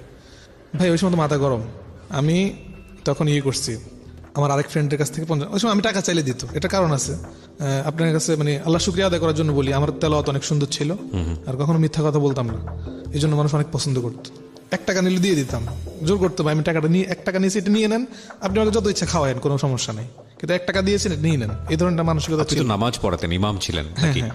তখন 50,000 টাকা ধরলাম, ধরে করলাম, ডিপোজিট করলাম $500, আর $10,000 টাকা আমার কাছে ছিল। এটা আমি চিরাং গেলাম ওনার বাসায়। জি। ওনার বাসায় গেলাম, উনি আমার জন্য অনেক মানে শোকাবহ পরিস্থিতি, আমার জন্য অনেক দুঃখ টুকু করলেন, এতগুলো টাকা চলে গেছে, আপনি টেনশন করেন না। কি হলো ভাইয়া দেখেন, 3 দিনেই উনি $1,500 আর্ন করলেন, ওই $500 দিয়ে $1,500 3 দিনেই আর্ন করলেন, প্রায় 1,20,000 টাকা। এগুলো আমার ক্যাশ করে ফেললাম, টাকাটা নগদ ক্যাশ করে ফেললাম। পরের সপ্তাহ প্রায় $1,000 উপরে ইনকাম হলো, মানে আমার $2,500 কিন্তু লস কভার হয়ে গেল 5,000 থেকে। ওকে। এই টাকাটা ক্যাশ করলাম। এরপরে কয়েকদিন বাদে আমাদের যাত্রাবাড়ির একজন আঙ্কেল ছিল, আমি ওনার নাম বলবো না, উনি অত্যন্ত রেসপেক্টেবল মানুষ, এখনো উনি সম্ভবত উনি ট্রেডিং করে। ওনাকে আমি খবর দিলাম যে আঙ্কেল আপনিও তো বিভিন্ন জায়গায় অনেক টাকা, টিভি এক্সপ্রেস, ইউনিপে, টুইও, বিভিন্ন কোম্পানিতে কোটি কোটি টাকা হারাইছেন। ওনার একটা ইটের ভাটা আছে, যার কারণে উনি টাকা অনেক এই লাইনে উড়ায়, হ্যাঁ অনেক টাকা ইনকাম করার যদি জন্য। পাওয়া যায়, যদি আমি যেটা বুঝতে পারছি যে আপনাদের গল্পটা শুনে যে নেশাটা হচ্ছে এরকম, যদি পাওয়া যায়, যদি পাওয়া যায়, হ্যাঁ হ্যাঁ, যদি পাওয়া যায়, কেউ তো অনেকেই তো পাচ্ছে। তো উনি 1 কোটি টাকার উপরে MLM কোম্পানিতে লস করেছে। তারপর শুনেন, তো ওনাকে আমি বললাম যে আপনি করেন। ওনার একটা ছোট গল্প বলি। জি। উনি যখন প্রথম ডিপোজিট করে, প্রথম দিন উনি $10,000 ডিপোজিট করেছে, $10,000। আচ্ছা। ডিপোজিট করে, তা আমি ওনার ডলারটা ডিপোজিট করে দিয়েছি, সাথে ছিলাম, উনি আমার ক্লায়েন্ট। ডিপোজিট করার পরে উনি বিকালে ডিপোজিট করলাম, উনি রাতে 10টা আমাকে ফোন দিছে, আমাকে উনি ভাতিজা বলছে ভাতিজা ঘটনা তো ঘটে গেছে। কি হয়েছে? আমার অ্যাকাউন্টে এখন $18,000। আমি বললাম আপনি $18,000 পুরোটাই উঠাই কালকে একটা পার্টি দেন, তারপর যা করার করবেন। সকালবেলা ফোন করছে, ভাতিজা আমার অ্যাকাউন্টে জিরো হয়ে গেছে। আপনি হাসছেন, সে কারণে আমারও হাসি আসছে, বাট এটা যারা চিন্তা করবে, মানে কি উনি $18,000 পরে উনি কি করেন, আবার ইনভেস্ট করেছেন। আমার সাথে কথা বলবো, আমি কিন্তু ওনাকে বলছি এটা উইথড্র দিয়ে ফেলেন, হ্যাঁ উইথড্র দিয়ে 10 মিনিট লাগবে, উইথড্র দেন, কাজ শেষ, আপনি পরে আবার ডিপোজিট করেন কয়েকদিন পরে। উনি 18,000-কে 36,000 বানাইতে গেছে। কেন 3 ঘন্টায় তো ওনার 18,000 হয়েছে, সমস্যা কি? এরপরে লস করলো, পর মন খারাপ, কিন্তু এই যে নেশা এটা তো উঠাইতে হবে, এটা একবার তো হয়েছে, চলতেই আছে, যে এখন লাভ করা যায়। দেন আমি চিন্তা করলাম যে আপাত আসলে ভালো ট্রেড করে, আর ওই 5,000 ঘটনা যেটা ঘটেছে, যেটা আমি জানি না, এটা বোধহয় আপাত দোষ না, বোধহয় ব্রোকার হাউসের কোনো দোষ। জি। কেন উনি এখানে 7-8 দিন আমাকে $2,500 আর্ন করে দিলেন, এটা ক্যাশও করে ফেলেছি। এরপরে আমি আঙ্কেলকে ফোন দিলাম যে আঙ্কেল এমন একজন ভালো ইডেনের ছাত্রী, উনি অত্যন্ত ভালো ট্রেডিং করে, আমি ওনার এখানেই আছি, ওনার পাশেই থাকি, আপনি চলে আসেন, ভালো ট্রেড হবে। যেহেতু উনিও লস করছে, আমি ওনাকে একটু হেল্প করতে চাই, ভালো একজন ট্রেডার পাইছি। তো উনি দেরি করলেন, উনি 3-4 দিন পরেই আরেক আঙ্কেলকে নিয়ে $5,000 ক্যাশ নিয়ে গেছেন আমাদের ওখানে। তো আপা ওনাকে অনেক খাওয়া দাওয়া করাইছে, তেলাপিয়া মাছ ভাজি করে, অনেক আনন্দ সহকারে খাওয়া দাওয়া করে ডিপোজিট করে দিল। এর মধ্যে আমি একটু বাড়িতে আসবো, আমাদের কুমিল্লাতে আসবো চট্টগ্রাম থেকে। তো বাড়িতে আসার সময় আমার কম্পিউটারটা আমি পাসওয়ার্ড না দিয়ে আসছি, পাসওয়ার্ড ছিল না, ওনার ল্যাপটপ ছিল, আমার ল্যাপটপ ছিল, আর আঙ্কেলের অ্যাকাউন্টটা ওনার ল্যাপটপও ছিল, আমার ল্যাপটপও ছিল। তো আমি বাড়িতে আসলাম, আসার পরে এখন দেখতেছি আঙ্কেল ফোন দিছে আমাকে শুক্রবার রাতেই, শুক্রবার মার্কেট বন্ধ থাকে, রাত্রেবেলা ফোন দিছে বন্ধ হওয়ার আগেই, ভাতিজা আমার অ্যাকাউন্ট জিরো। কি ব্যাপার আপনার অ্যাকাউন্ট জিরো? আমি আমার অ্যাকাউন্ট খুললাম মোবাইলে, দেখি আমার অ্যাকাউন্ট জিরো। আপাকে ফোন দিলাম, উনি বলতেছে যে আমি তো আপনাদের অ্যাকাউন্ট ধরিই নাই, আপনি তো বলে গেছেন যে আপনি আসার আগ পর্যন্ত যাতে ট্রেড না করি, আমি আমার ল্যাপটপও ধরি না, আপনার ল্যাপটপও ধরি নাই, অ্যাকাউন্ট জিরো হবে কিভাবে? উনিও কান্নাকাটি শুরু করছে।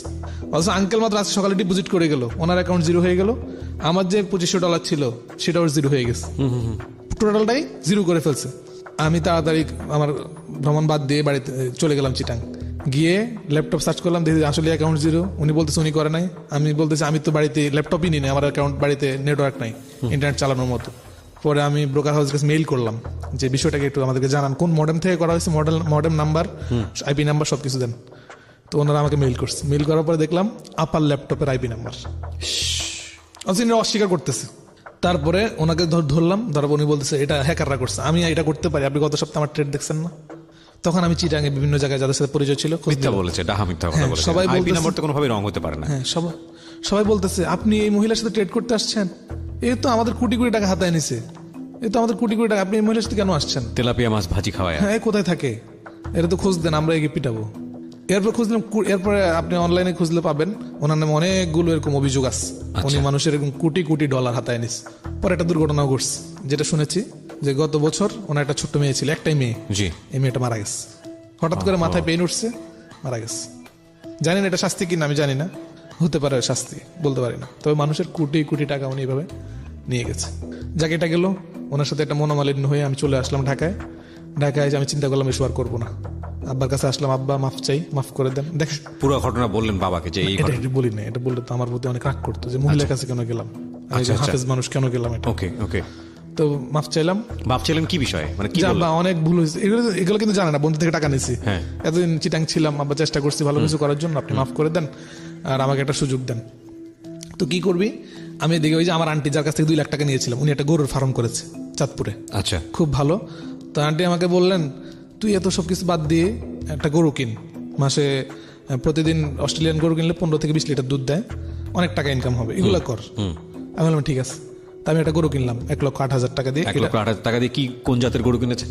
অস্ট্রেলিয়ান অস্ট্রেলিয়ান গরু, আচ্ছা। দুধ দেয়া গরু, হ্যাঁ, দুধ দেওয়া গরু, বাছুর সহ 24 লিটার দুধ দেয়। বাছুর সহ, হ্যাঁ, আচ্ছা 24 লিটার দুধ দেয়। আচ্ছা। তো 15-20 দিন দিল, আমি আব্বার কাছে আসলাম, আব্বার কাছে বললাম আব্বা আপনার কাছে 2 লাখ টাকা। কত সালে কিনেছেন? এটা 12 সালে। হ্যাঁ, 12 এখন 2 লাখ টাকা দিয়ে ওই গরু পাওয়া যাবে না। না। যাই হোক, পরে আমি তো শুরু করলাম, আমি সব বাদ দিয়েছি, আপনি দেখেন আমি এখন গরুর মতো খাটতেছি। খালাম্মাও আমাকে মানে ইয়ে করছে, সার্টিফাই করছে যে হ্যাঁ ও খুব ভালো হয়ে গেছে। আমার এখানে থাকতেছে, মোবাইল ধরে না, কম্পিউটার নাই, কম্পিউটার বিক্রি করে দিছে, খুব ভালো আছে, মোবাইল আছে, আছে অ্যান্ড্রয়েড সেট আছে।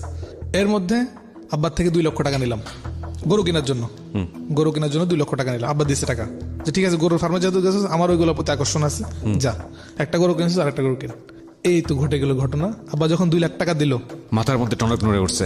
2 লাখ টাকা ট্রেড করলে তো প্রতিদিন যদি $10 করে লাভ করি, খারাপ হয় না। আচ্ছা, এই 25-30 লাখ টাকা লস করছেন, একবারও লাভ করেন নাই, তারপরও এই চিন্তাটা মাথায় হ্যাঁ, কেন আসছে? লাভ করছি তো।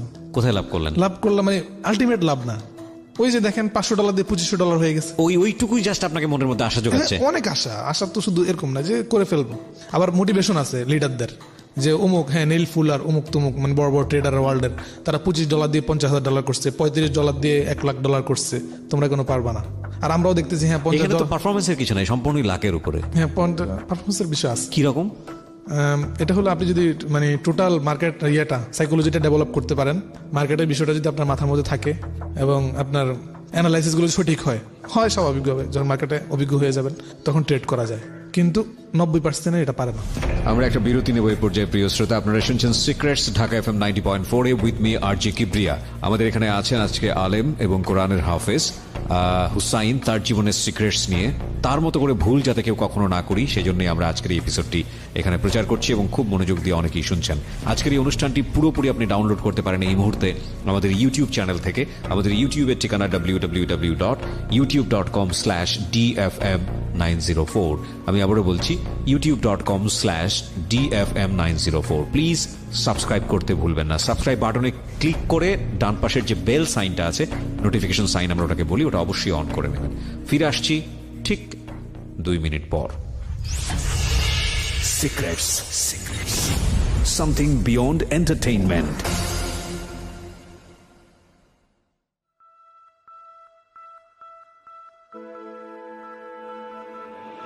Love.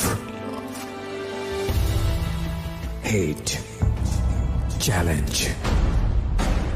Motivation. Lies. Truth. Impossible. Virtue. Morality. Something beyond entertainment. Welcome to my stage of reality. Stay tuned. Sunday and Wednesday with me, RJ Kibriya, only on Dhaka FM 90.4.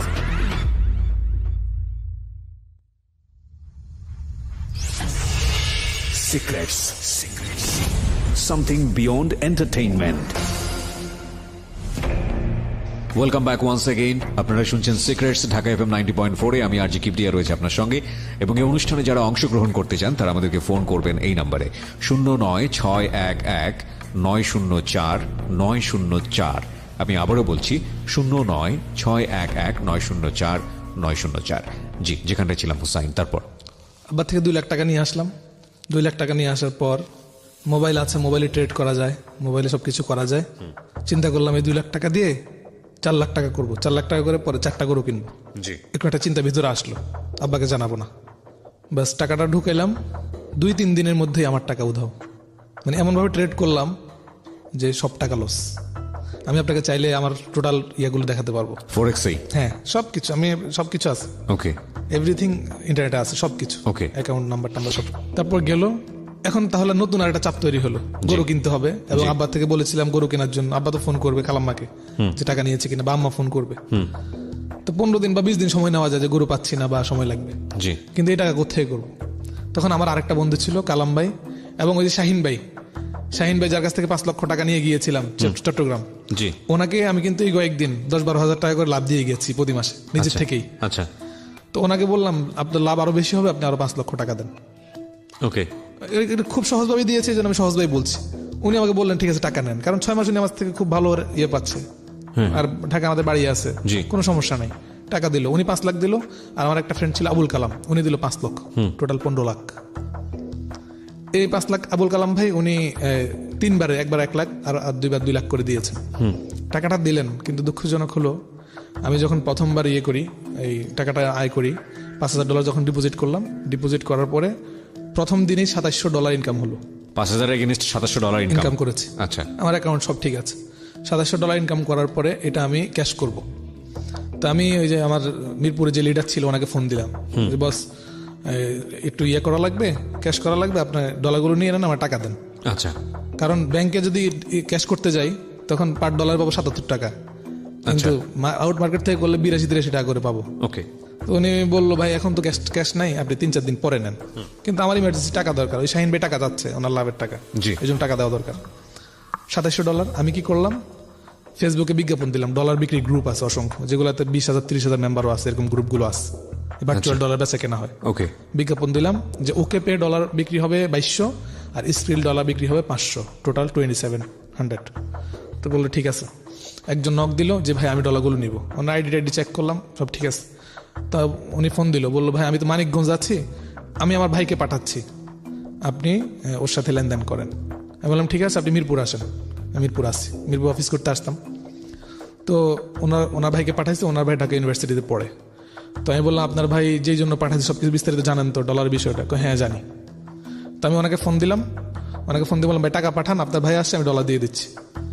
ভাই আমি তো লাইনে আছি আর ওরও সময় নাই, আমি ব্যাংকে লাইনে দাঁড়ায় আছি, আপনি ইয়েকে দিয়ে দেন, ডলারটা আমার অ্যাকাউন্টে দিয়ে দেন, ডলারটা ইমার্জেন্সি লাগবে, আর আমি টাকা না দেওয়া পর্যন্ত আপনি আমার ভাইকে আপনার কাছে রাখেন, কোনো সমস্যা নেই। আমি বললাম কোনো সমস্যা নেই, ঠিক আছে, ওকে। তো ডলার আমি দিয়ে দিলাম, ওর ভাই তো আছে, ও বলছে ওর আপন ভাই। তা আমি ডলার ওই ছেলের অ্যাকাউন্টে ট্রান্সফার করে দিচ্ছি, ট্রান্সফার করে ফোন দিয়েছি যে ভাই ডলার ট্রান্সফার হয়ে গেছে, আপনি দেখেন। ফোন বন্ধ সাথে সাথে। তা আমি ওই ছেলেকে জিজ্ঞেস করলাম কি ব্যাপার, তোমার ভাইয়ের ফোন বন্ধ?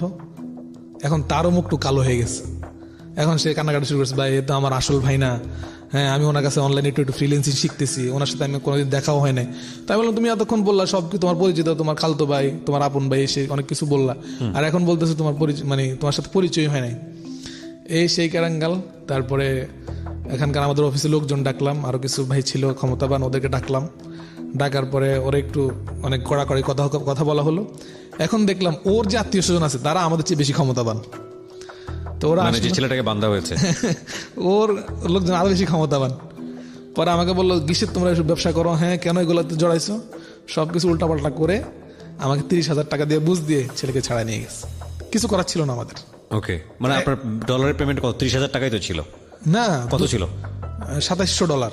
ও তার মানে হলো Near about, 2 লাখ টাকার উপরে। 2 লাখ টাকার উপরে। জি 2 লাখ টাকার উপরে, 2,30,000 মতো, 26,000 মতো ছিল। ওকে, তো ওরা 30,000 টাকা আমাকে দিয়ে, কিছু করার ছিল না, ওরা ক্ষমতাবান, ওখানকার অনেক গার্মেন্টস মালিক বা এরকম সব ছিল, চলে গেল। এই টাকাটা লস করলাম।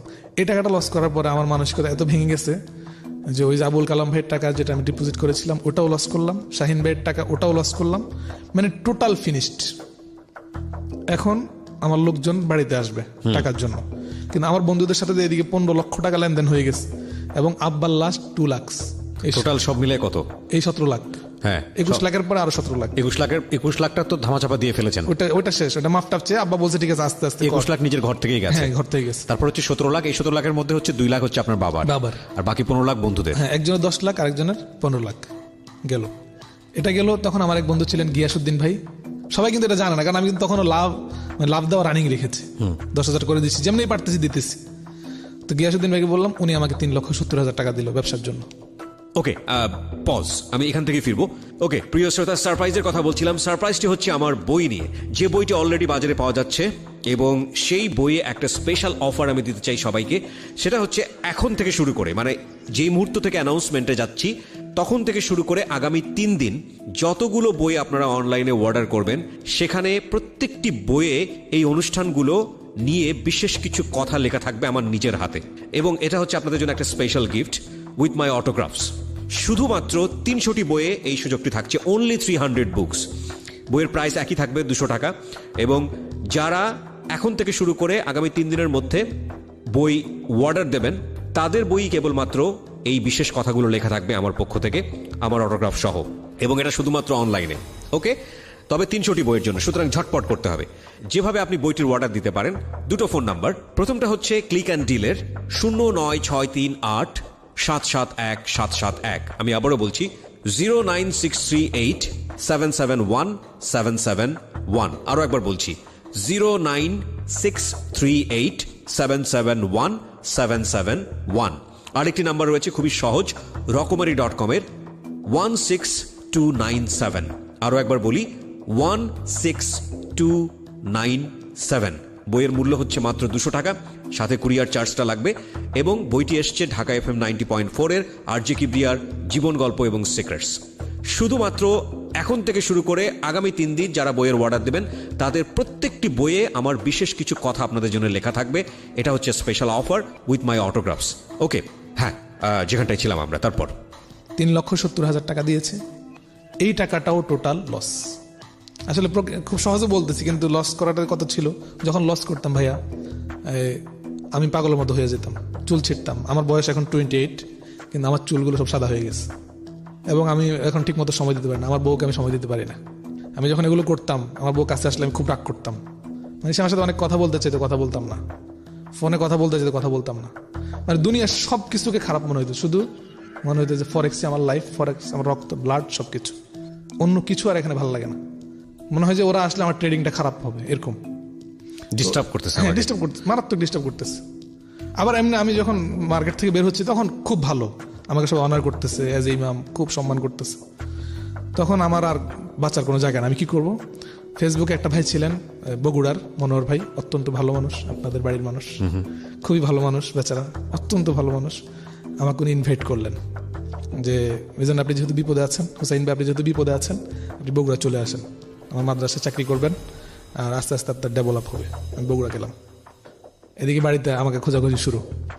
আমি তো না বলে চলে গেছি, নাম্বার সব বন্ধ, কারণ এছাড়া তো কোনো পথ নেই, বাসায় আমাকে জায়গা দেবে না। আব্বা তো আমাকে 2বার ক্ষমা করেছে, আর কতবার ক্ষমা করবে। বগুড়া চলে গেলাম, চিঠি লিখে গেলাম যে 1 বছরের মধ্যে আপনাদের টোটাল টাকা পরিশোধ করা হবে, আন্তাজি অযথাই লিখলাম আর কি। এটা লিখে তো আরো বিপদ।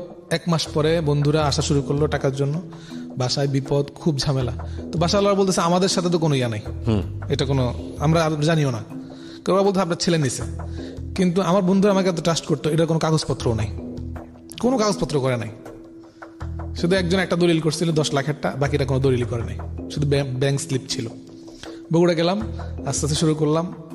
বগুড়ার বিষয়টা বলি, বগুড়া একটা কেন্দ্রীয় জায়গাতে ছিলাম, আমি নাম বলতে চাই না, হয়তো অনেকে শুনবে বগুড়ার, এবং আমার প্রতি খারাপ ধারণা তৈরি হবে। বগুড়াতে আমি এত জনপ্রিয় হয়েছি যে আমার মসজিদে 1000-এর উপর মুসল্লি থাকতো জুমার দিন। আমি লেকচার দিতাম, রেগুলার নামাজ পড়াতেন? হ্যাঁ, রেগুলার নামাজ পড়াতাম, এবং আলহামদুলিল্লাহ কোরআন তেলাওয়াত সুন্দর হওয়ার কারণে আপনাদের ক্যান্টনমেন্ট থেকে, তারপরে গাবতলী থেকে, বিভিন্ন জায়গা থেকে লোকজন তেলাওয়াত শোনার জন্য আসতো। মাশাআল্লাহ। আমরা একটু শুনতে পারি, মানে যেহেতু বারবার এই তেলাওয়াতের প্রসঙ্গ আসতেছে, আপনি যদি একটু শোনান আমাদেরকে। এখনই শোনাবো? হ্যাঁ হ্যাঁ। أعوذ بالله من الشيطان الرجيم بسم الله الرحمن الرحيم لا يكلف الله نفسا إلا وسعها لها ما كسبت وعليها ما اكتسبت ربنا لا تؤاخذنا إن نسينا أو أخطأنا ربنا ولا تحمل علينا إصرا كما حملته على الذين من قبلنا ربنا ولا تحملنا ما لا طاقة لنا به واعف عنا واغفر لنا وارحمنا أنت مولانا فانصرنا على القوم الكافرين صدق الله العظيم মাশাআল্লাহ মাশাআল্লাহ, বিউটিফুল। আলহামদুলিল্লাহ। আপনার এত বড় একটা অর্নামেন্ট আল্লাহ আপনাকে দিছে। আমি বাসায় রেগুলার কোরআন তেলাওয়াত শুনি, আলহামদুলিল্লাহ। আমি নিজে পারি না, মানে অফকোর্স এত ভালো পারি না, কিন্তু শুনি আমি, এবং দেশের বাইরে যারা আছেন তাদের তেলাওয়াত শুনি। It's very international standard. মাশাআল্লাহ। দোয়া চাই, দোয়া চাই ভাই। নিশ্চয়ই, অবশ্যই, ব্যাপারে তো কোরআনের অবশ্যই কারণে হয়তো এখনো বেঁচে আছি। নিশ্চয়ই আল্লাহ আপনার কৃপা করেছেন। শুনি আমরা সামনের দিকে আগে, তারপরে কি হলো? বগুড়ায় ওই যে মনোরভের মাধ্যমে উনি আমাকে মসজিদের ব্যবস্থা করে দিলেন। ওনার মাদ্রাসায় ছিলাম শিক্ষা পরিচালক হিসেবে। জি। এবং সেখানে কিছু ভাই একটা স্কুল প্রতিষ্ঠা করলেন আমাকে আরবিক ডিপার্টমেন্টের হেড রেখে। সেখানে এখন আলহামদুলিল্লাহ 700 স্টুডেন্ট, 2 বছর আগে শুরু হয়েছে। জি। কিন্তু শিক্ষা কারিকুলামের কারণে, মদিনা ইউনিভার্সিটির স্ট্যান্ডার্ড অনুসরণ করার কারণে সেখানে এখন 700-র উপরে ছাত্র। বাহ। যে স্কুলটার নাম হচ্ছে এটা কি বগুড়াতেই? বগুড়াতে আছে, শহরেই। আচ্ছা, তো চিনে যাবে তো আপনাকে এরপরে পরিচয়। এখন তো পরিচয়ের এক একটা রিভিল হয়ে গেল। যাই হোক, অনেক বড় স্কুল।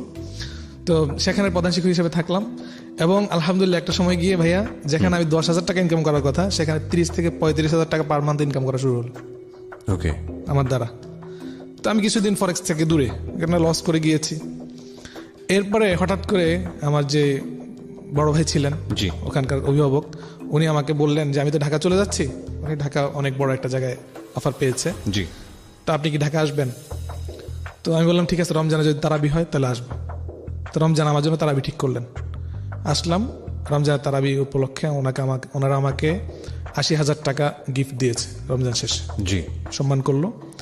আর এখানে একটা মসজিদের ব্যবস্থা হবে এটা মনে করে আমি বগুড়া ছেড়ে চলে আসলাম। আচ্ছা। আসার পরে ওনার কাছে আছি অনেকদিন, ভালো টাকা পয়সা আছে বেচারার। তো আমি বললাম আমার মাথার মধ্যে এত টাকা চাপ তো আছেই, যত কাজই করি ওই চাপটা কিন্তু আছে, জি, মানে ফরেক্সের একটা নেশা ভিতরে আছেই। জি। তাই আমি বললাম ভাই আপনি যদি এরকম ট্রেডিং আসতে চান, আমাকে সবসময় জিজ্ঞেস করতো লস কিভাবে হয়েছে। তা আমি বলতাম আসলে লস হয়েছে মানে আমি কিছু উল্টাপাল্টা করার কারণে, আর ওই সময় তো বেশি পারতাম না। রমজানে তারাই পড়ালাম, তারাই পড়ানোর পরে বগুড়ার গেলাম না, ভাইয়াকে ফরেক্সের ব্যাপারে একটু আগ্রহ দেখালাম। জি। আমি যে লস করেছি এটা বলিনি, এটা গোপন রেখেছি। যিনি আমার এত উপকার করলেন, ওনার কাছ থেকে আমি 2 লক্ষ টাকা নিলাম, উনিই দিয়েছেন, জি, যে আপনি এটা দিয়ে ফরেক্স করেন, যেহেতু বলছেন আপনি অনেক ভালো ট্রেডার করেন, আপনি আমার টাকা সময় মতো 6 মাস পরে দিয়ে দিয়েন। জি। আর আরেকজন ভাই ছিলেন বগুড়ার, শরীফ ভাই, ওনার কাছ থেকেও প্রায় 1,30,000 টাকা নিলাম একসাথেই। ওনারা জানে, পরস্পর জানে, এই 3,30,000। এবং গত রমজানের আগের রমজানের পরে এই ঘটনাটা, জি, আমি ট্রেডিং শুরু করলাম। আমি একজনের কাছ থেকে $1,700 কিনলাম। কেনার পরে আলহামদুলিল্লাহ মানে 2 দিনেই আমার অ্যাকাউন্ট হয়ে গিয়েছে $7,500। ওকে। 7,500, তার মানে অনেকটা টাকা আমার এখানে চলে আসলো, অনেক টাকা চলে আসছে। আমি ক্যাশ করব এটা চিন্তা করতেছি, কি এক মানে মাথার মধ্যে আসলো, আরেকটু খেলি না এটাকে 14,000 বানায় ফেলি, যেহেতু অ্যাকাউন্ট আমার সব ট্রেড আমার মন মতো হচ্ছে। শুক্রবার সকালবেলা ট্রেড দিলাম, মানে 3-4 মিনিটের মধ্যে অনেক বড় লটে দিয়েছে, যে প্রত্যেক লটে $50 করে, মানে প্রত্যেক পয়েন্টে $50 করে লাভ হবে, প্রত্যেক পয়েন্টে। তো বড় লটে রেড মারলাম, যাতে 10-15 পয়েন্ট গেলেই আমার অ্যাকাউন্টে ডাবল হয়ে যায়। আল্লাহর কি খেলা, ব্যাস মার্কেট তো আমার নেগেটিভ, মুহূর্তের মধ্যেই সবগুলো ডলার চলে গেল, জিরো। আমি শুক্রবার সারাদিন শুয়ে থাকলাম, জুমা পড়লাম না, সারা রাত শুয়ে থাকলাম। পরের দিন দুপুর হয়ে গেছে, আম্মা বলতেছে কি হয়েছে? বললাম ও এর মধ্যে যে ওই লাভটা হয়েছিল, আমি তো লাভটা উঠাবো চিন্তা করছি। আমি আমাকে বললাম আম্মা আমার হাতে বেশ কিছু টাকা আসতেছে, 3-4 লাখ টাকা। আমার মেজো দোকানদারি করে, মানে ব্যবসা আছে, ওনার দোকানে টাকাটা রাখবো, আর 3 লাখ টাকা দিয়ে আমি বিজনেস আস্তে আস্তে বাড়াই নেবো, মানুষের টাকাগুলো দিয়ে দিব, এটা প্ল্যান। এখন তো আমি পুরো বেহুশের মতো পড়ে আছি, আমার অবস্থা তথই বলছে, মানে খুবই খারাপ অবস্থা। তো দিতে পারলাম না। পরের দিন উঠলাম, আর আম্মাও 2-3 দিন পর জিজ্ঞেস করতেছে কি ব্যাপার, তুই না কইছিস মোস্তাফিজকে টাকা দিবি, টাকা কোথায়? তো টাকা তো দিতে পারতেছি না। বললাম এটা একটা খবর আসছিল, এখন আর খবর নাই। আর এদিকে ওনারা ফোন দিচ্ছে, যোগাযোগ রাখতেছি, কিন্তু ভিতরে ভিতরে তো খুব অবস্থা খারাপ। তো আব্বা বলতেছে বগুড়া থেকে চলে আসলে এখন চাকরি বাকরি কি, এতদিন তো মনে করছি ফরেক্স করবো, এখন ফরেক্স তো লস করে ফেললাম, এখন আর কোথাও থেকে টাকা পাওয়ার কোনো সম্ভাবনা নেই, এখন কি করব? তখন আব্বাকে বললাম আমি এদিকে কোনো একটা মসজিদে ঢুকবো, ঢাকাতে আমাদের এলাকাতে। আমি মসজিদে ইন্টারভিউ দিতে থাকলাম কয়েকটা। তো 2 মসজিদে ইন্টারভিউ দেওয়ার পরই আমার ইমামতি হয়ে গেছে। আপনি যে সুন্দর তেলাওয়াত করেন, মানে এটা তো বলার অপেক্ষা রাখে না যে চাকরির অভাব হবে না। হ্যাঁ, যাই হোক চাকরি হয়ে গেল, এবং অনেক মুসল্লি, প্রায় 600-700 মুসল্লি হয় জুমার দিন, অনেক ভালো। আর কথাবার্তা একটু ভালো করে বলার কারণে হয়তো দেখা যায় মুসল্লিরা আকর্ষণ বোধ করে, তেলাওয়াত কথাবার্তা সব মিলিয়ে চাকরি হয়ে গেল। অল্প বেতন, 8,000 টাকা বেতন চাকরি হলো, কিন্তু ওরা বলছে যে ভালো করলে আপনাকে 1 বছরের মধ্যে 15,000 টাকা করে দিব, সমস্যা নেই। তো আমি শুরু করলাম, চাকরি শুরু করলাম। 4-5 মাস এটা থেকে বিরত ছিলাম, ফরেক্স থেকে লস করছি এখন আস্তে। কিন্তু 6 মাস পরে যে ওই ভাইয়ের টাকা দেওয়ার কথা, আমার ওই ইমাম ভাইয়ের, বড় ভাইয়ের, বগুড়ার ভাইয়ের, এটা তো আস্তে আস্তে চাপ সৃষ্টি করতেছে। তো কাজ শুরু করলাম, শুরু করার পর এদিকে ওই ভাইয়েরা খবর নিচ্ছে টাকার জন্য, আমরা বাসায়ও চাপ দেওয়া শুরু করছে যে হোসেন তো আমাদের কাছ থেকে টাকা নিছে, ও টাকা দিচ্ছে না কেন। আব্বা জানাজানি হয়ে গেল, আব্বার কাছ থেকে অনেক মাফ চাইলাম সবকিছু। এটা আমার লাস্ট 3য় মাফ চাওয়া। আব্বার কাছ থেকে অনেক মাফ চাইলাম যে আব্বা ভুল হয়েছে, আমি গত 4-5 মাস আর কোনো ট্রেড করি নাই, এখন আপনি আমাকে হেল্প করেন। আব্বা বললো ঠিক আছে, তোকে শেষবার আমি কথা দিচ্ছি, তোর যত পাওনাদার আছে সবার কাছ থেকে আমি আস্তে আস্তে, তুই মাসে কিছু দিবি, আমি কিছু দিব, তোর ভাই কিছু দিবে, সবাই মিলে মাসে 40-50 হাজার টাকা করে করে ওদেরকে টাকা দিয়ে দিব। বাবা বললো এটা? আমার বাবা বললো যে তোর ভাই 10,000 দিবে, তুই 10,000 দিবি, আমি 20,000 দিব, তোর ছোট ভাই 10,000 দিবে, সবাই মিলে আমরা 40-50 হাজার টাকা করে করে মাসে মাসে দিয়ে দিব। এর চেয়ে বেটার অফার কিন্তু আর হতে পারে না এই অবস্থা, কেন এত টাকা হারাইছে। আমার অবস্থা হলো ও, এবং এর মধ্যে আমার আব্বা কাতারের জন্য অফিসে ঠিক করলেন যে যেহেতু দেশের মধ্যে এত চাপ দিচ্ছে মানুষে, তুই কাতার চলে যা, তোর কণ্ঠ ভালো, কাতার চলে যা, ইমামতি হয়ে যাবে। কাতারে আমাদের বাংলাদেশে হাফেজদের বেতন মিনিমাম 80,000 থেকে 1,20,000 টাকা। আচ্ছা, তো আমাকে ভিসাও ঠিক করলো। কিন্তু আমার কোন পাগলামি, আমি বললাম আপনারা এখন বিদেশ পাঠাতে আর 5 লক্ষ টাকা খরচ হবে, আমাকে আর পাঠায়েন না, কারণ এই 5 লাখ টাকা কবে উঠবে কি জানি। আমি জোর করে আর গেলাম না, অথচ আমার ভিসা টিসা পাসপোর্ট ইমার্জেন্সি করলাম, খুব ইমার্জেন্সি, 12 দিনের মতো পাসপোর্ট করলাম 12,000 টাকা খরচ করে। এটা গেল, যাওয়ার পরে কি মনে করে আবার একদিন চিন্তা হইলো, আমার ওখানে একটা ভাই আছে আব্দুল মালিক ভাই, যেখানে ইমামতি করতাম, উনি সিঙ্গাপুর থাকেন, অনেক টাকার মালিক। উনি আমাকে একদিন বলতেছে হুজুর টাকা পয়সা কোনো সমস্যা হলে আমাকে বলবেন। এই তো মাথার মধ্যে মাথা চাড়া দিয়ে উঠলো। তখন তো আমার স্ত্রী আমার সাথে থাকে। তো আমি বললাম ঠিক আছে, আপনি আমাকে 50,000 টাকা দেন, একটু দরকার আছে। উনি আমাকে 50,000 টাকা দিল। ওকে। এরপরে কয়েকদিন পরে ওনার কাছ থেকে কি একটা কারণটা বলতে চাই না, একটা কারণ দেখায়, ওনার থেকে আমি 1.5 লাখ টাকা নিয়ে নিলাম। এটা মিথ্যা কারণ দেখায়, এটা মিথ্যা। আমি আমার লাইফে যা শাস্তি পাচ্ছি সব মিথ্যার, লুকোচুরি করার। তো উনি আমাকে 1.5 লাখ, টোটাল 2 লাখ টাকা দিল, কিন্তু এই টাকা লস করলাম। লস করার পরে ভাইয়া এখন তো আর কেউ আমাকে টাকা দিবে না, টাকা দেওয়ার কোনো জায়গা নাই।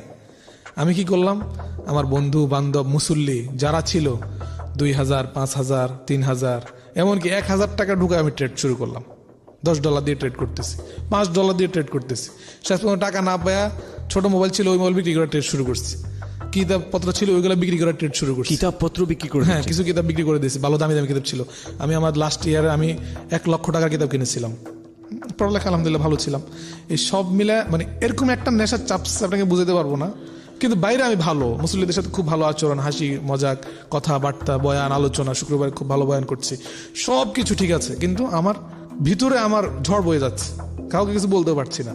আমার স্ত্রীর সাথে আমি কথা বলছি না, বাসায় আছে, কি হয়েছে আপনার, কোনো সমস্যা নেই। 2,000, 5,000 করতে করতে আপনি অ্যাস্টনিশড হয়ে যাবেন। প্রায় 100 মানুষের কাছে আমি ঋণ করে ফেললাম, এগুলা ছোট ছোট ঋণ। 97%, 97 জন। My goodness. এটা কিন্তু কেউ জানে না। এবং যারা থেকে ঋণ করেছি 5,000, 10,000, 15,000, 25,000 যখন ঋণ করেছি আমি বলেছি এটা কাউকে বলবেন না, আমি আপনাকে কয়েকদিন পর দিয়ে দিব। আর দে ট্রাস্ট মি, এত বেশি ট্রাস্ট করে এরা আমাকে বলেছে হুজুর আপনি যখন খুশি দিয়েন, আপনি কবে দিবেন মানে। এর মধ্যে নিশ্চয়ই আপনার মুসল্লিও ছিল। সব মুসল্লি, সবই মুসল্লি। কোরআনের ভালোবাসায় আল্লাহ কসম, কোরআনকে তারা এত ভালোবাসে, আমি আমার কণ্ঠের কথা বলতেছি না, কোরআনকে ভালোবাসার কারণে তারা বলতেছে হুজুর আপনি যখন খুশি দিয়েন। পরে যখন এটা করলাম, শেষ পের একটা মারলাম, একটা ভাই ছিল ওনার কাছ থেকে 75,000 টাকা নিলাম, বলছে শুক্রবারে দিয়ে দিব। কারণ আমার এমন দিন গেছে $10 দিয়ে আমি $700-800 ইনকাম করে ফেলছি $10 দিয়ে। তো আমি চিন্তা করছি লাস্ট একটা ট্রাই করি। হ্যাঁ, পরে যখন শুক্রবার আমি টোটাল লস করলাম, আমার লাইফ বরবাদ হয়ে গেল। এখন আর কোনো সুযোগ নাই। শ্রোতা বন্ধুরা যারা শুনছেন আমাকে ক্ষমা করে দিবেন, আমার মুসল্লি যদি কেউ শুনে থাকেন আমাকে ক্ষমা করে দিবেন। আমি যখন আর অপমান রাখার জায়গা পাবো না, কারণ সব ওই শনিবারে বেশ কিছু মানুষকে টাকা দেওয়ার ওয়াদা ছিল আমার মুসল্লিদের মধ্যে, প্রায় 10-12 জনের সাথে 1 লাখ টাকার উপরে। এ টাকা তো কেউ আমাকে দিবে না। আমি শুক্রবারে মসজিদে না গিয়ে বাসা আসলাম, বাসা থেকে ব্যাগ নিয়ে বের হয়ে, আমার যে কাপড় চোপড় ছিল এগুলো নিয়ে বের হয়ে আমি এলাকা থেকে বের হয়ে আমার এক বন্ধুর কাছে গিয়ে আশ্রয় নিলাম। কত সালের ঘটনা এটা? এটা 7 মাস আগে, মাত্র 7 মাস আগের 7 মাস ঘটনা। আগে। আমরা আরেকটা বিরতি নিব প্রিয় শ্রোতা। যেটা শুনছি তা দুর্ধর্ষ ভয়াবহ। আতঙ্কিত এই জন্যে যে 7 মাস আগে এই লোকটি বের হয়েছে, কিন্তু ডেফিনেটলি শিওর যে এই 7 মাসে কি ঘটেছে আমরা জানি না। যে মানে যখন শুনি তখন নিজেকে চিন্তা করি যে আমি যদি জায়গাটায় থাকতাম তাহলে কি হতো। আমার দম বন্ধ হয়ে আসছে রীতিমতো। কারণ একটা মানুষ টাকা পেলেই তো ওটা মাথার মধ্যে বারবার ঘুরতে থাকে যে কবে এই দেনাটা পরিশোধ করব। সেখানে শত শত মানুষ, এবং উনি যেটা বললো যে সব মুসল্লি যারা কোরআনকে ভালোবাসেন, ওনার তেলাওয়াত আপনারা শুনেছেন, কত চমৎকার তেলাওয়াত করেন উনি। আমি তো ওই একটু তেলাওয়াত শুনে আমি নিজে ওনার ফ্যান হয়ে গেছি। তো এইরকম একটা মানুষ যদি আপনার কাছে হাত পাতে, আপনি দিবেন না তো কি। ওকে, আমরা একটা বিরতি নিচ্ছি, কথা না বাড়িয়ে, মাত্র 2 মিনিটের বিরতি। শেষাংশে ফিরছি একটু পরেই। আপনারা শুনছেন সিক্রেটস। আজকে এখানে আছেন হাফেজ এবং তিনি মাওলানা, অত্যন্ত চমৎকার সুকণ্ঠের অধিকারী হুসাইন। তাকে নিয়ে ফিরবো 2 মিনিট পর। Secrets. Something beyond entertainment.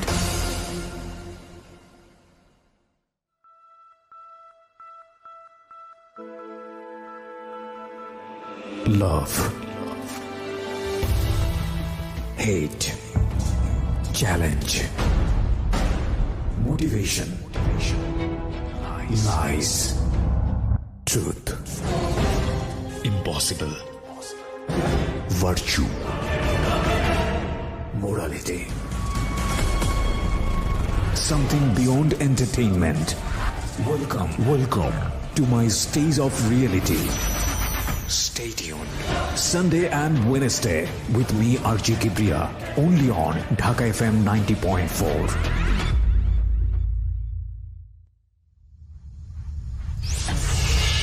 Secrets. Something beyond entertainment. স্বাগত আরো একবার সিক্রেটসে। শুনছেন আরজি কিবরিয়াকে ঢাকা FM 90.4-এ। কথা না বাড়িয়ে আমরা ফিরছি আবার হুসাইনের কাছে। আর যারাই অনুষ্ঠানে আসতে চান, কনফেস করতে চান, মানুষকে ভালো পথে আনার জন্য, আপনার জীবনের ভুল বা অপরাধগুলো স্বীকার করে তাদেরকে ওই পথ থেকে বিরত রাখবার জন্য তারা আমাদেরকে ফোন করবেন। উইথ ডিউ রেসপেক্ট, আপনাদেরকে আমরা সম্মান করি এই জন্য যে আপনারা একটা ভালো কাজ করছেন। মানুষকে বিপদ থেকে দূরে রাখার জন্য নিজের জীবন দিয়ে, নিজের জীবনের গূঢ়তম, একেবারে গোপনতম সত্যগুলো বলে তাদেরকে আপনারা ওখান থেকে বিরত করছেন। সো সেই জায়গাটিতে আপনাদেরকে আমাদের রেসপেক্ট। তো আপনি যদি আসতে চান, আপনি আমাদেরকে ফোন দেবেন। ফোন নাম্বারটি হচ্ছে 09611904-904। আমি আবারও বলছি 09611904-904। জি, যেখানটায় ছিলাম হুসাইন, তারপর আমি আমার ব্যাগ নিয়ে সবকিছু নিয়ে বের হয়ে গেলাম অজানার উদ্দেশ্যে। এদিক দিয়ে আমি তো মসজিদ থেকে একদিনের ছুটি নিয়ে এসেছিলাম। জুমার দিন ইমাম সাহেব নাই, মসজিদ ফাঁকা। জুমার সময় শত শত মুসল্লি মসজিদ ওয়েট করছে, ইমাম সাহেব নাই। কি অবস্থা হতে পারে? আমি কত বড় জঘন্য মানুষ হতে পারি, আমি এখন চিন্তা করলে আমার খুব কান্না আসে। আমি কতগুলো মানুষের সাথে প্রতারণা হয়ে গেছে। আমি করেছি এটা বলবো না, কারণ আমি নেশাগ্রস্ত ছিলাম।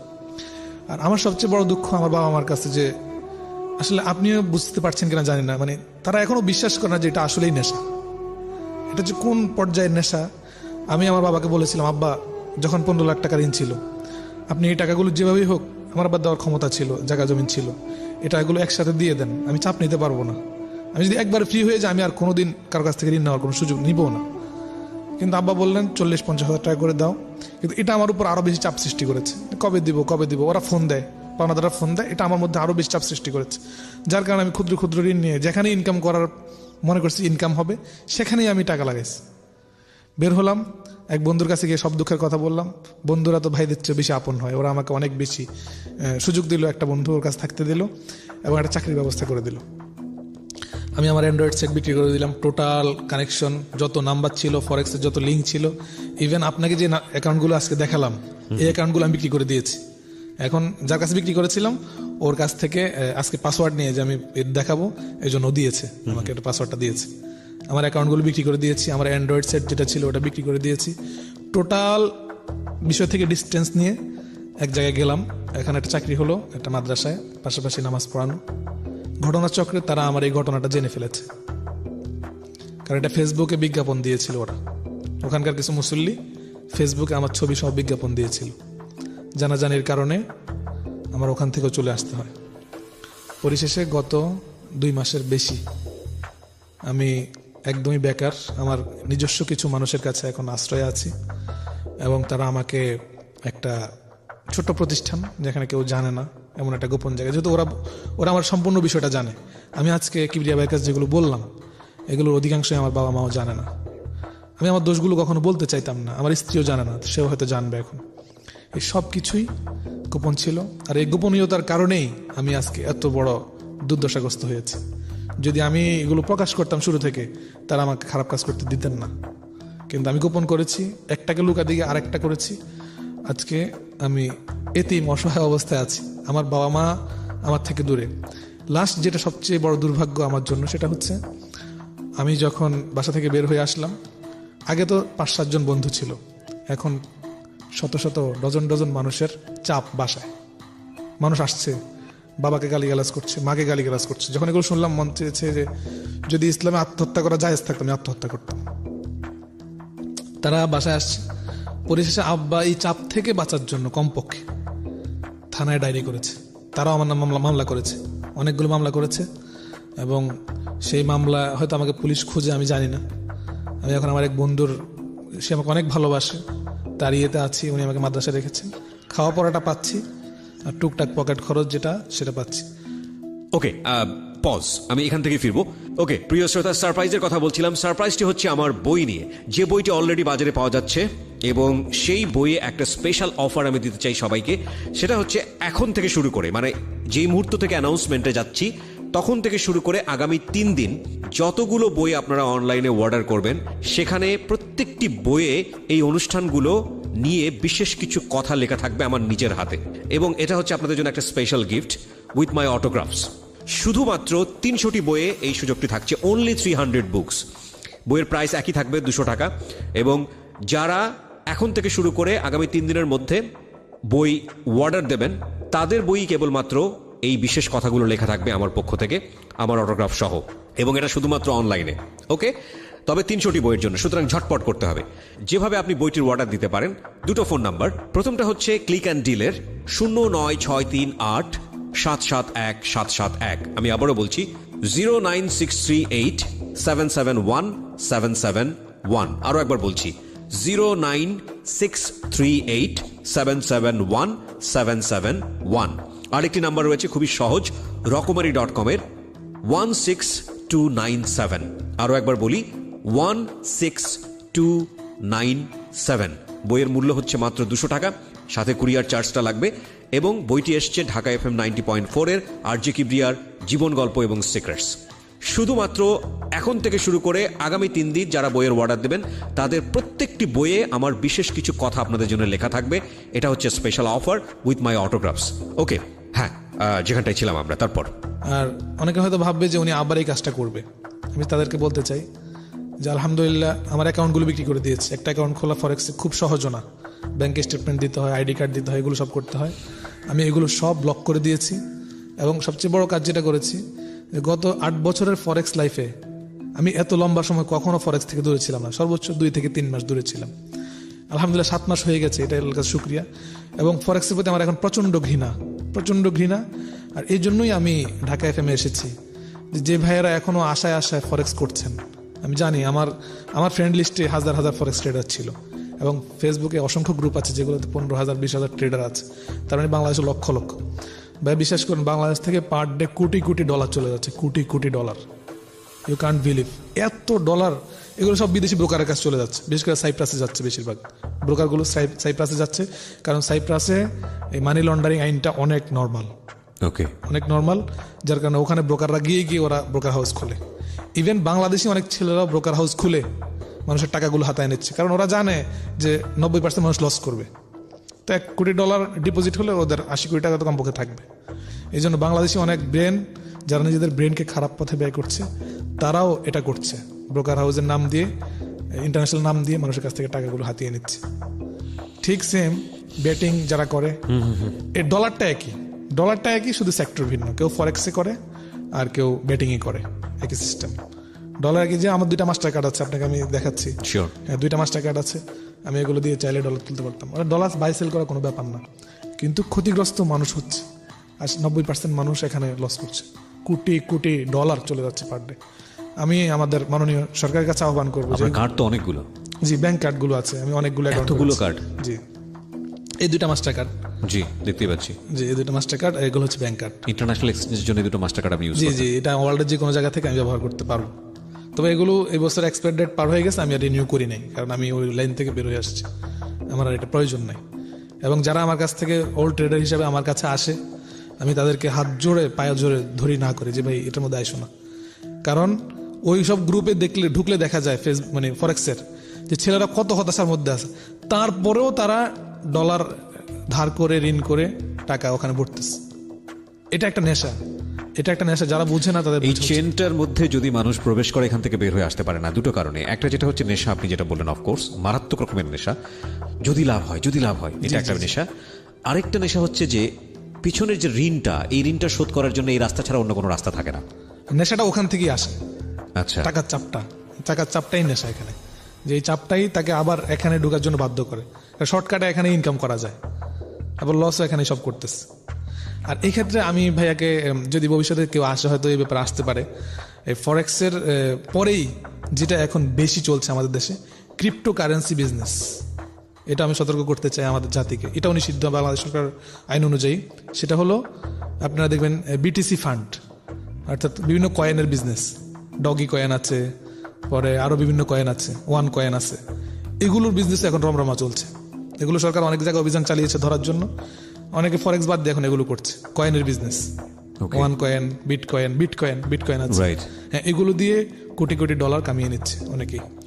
একটা বিষয়ে সতর্ক করতে চাই আপনাদের সবাইকে, একটা পয়সাও না জেনে কোথাও কোনো ইনভেস্ট করবেন না। ইন ডিটেলে আমরা যদি যাই, ইন্টারনেটে যেসব হচ্ছে সেগুলো আপনাকে পথে বসিয়ে দেবে। এই যে ঘটনাটি, এবং আজ থেকে আরও 2 বা 3টা এপিসোড আগের যে ঘটনাটা আমরা প্রচার করেছিলাম এখানে, যে প্রাইভেট ইউনিভার্সিটির খুব নাম করা একটা স্টুডেন্ট, খুব নাম করা একটা প্রাইভেট ইউনিভার্সিটির সেই স্টুডেন্ট ইংলিশ ডিপার্টমেন্টে পড়ছে, সে এখন একটা পরোটার দোকানদার। This is the reality, ugliest reality. বাপের অনেক টাকা ছিল বলে সে এখন পর্যন্ত সার্ভাইভ করতে পারছে। এগুলো আমি সামনাসামনি থেকে শুনি। তো যদি ওই যে মানুষটার জীবনে এটা ঘটে, সেই আসলে, আপনার কোনো বেবি আছে, বাচ্চা কাছে? এখনো বাচ্চা হয়নি। You are lucky. আপনি বেবি হলে তো বেবির মুখটাও দেখতে পারতেন না। সত্যি না, এখন দেখতে পাচ্ছি না। আমার যেটা, আপনার ওয়াইফের সঙ্গে দেখা হয়? কথা হয়, কিন্তু বাবা মার সাথে কথা হয় না। ওয়াইফ তো আজকে জানবে যে এত বড় ঘটনা ঘটেছে। অনেক কিছু জানে, সে আমাকে অনেক ক্ষমা করেছে, আমি তার প্রতি শ্রদ্ধাবোধ রাখি।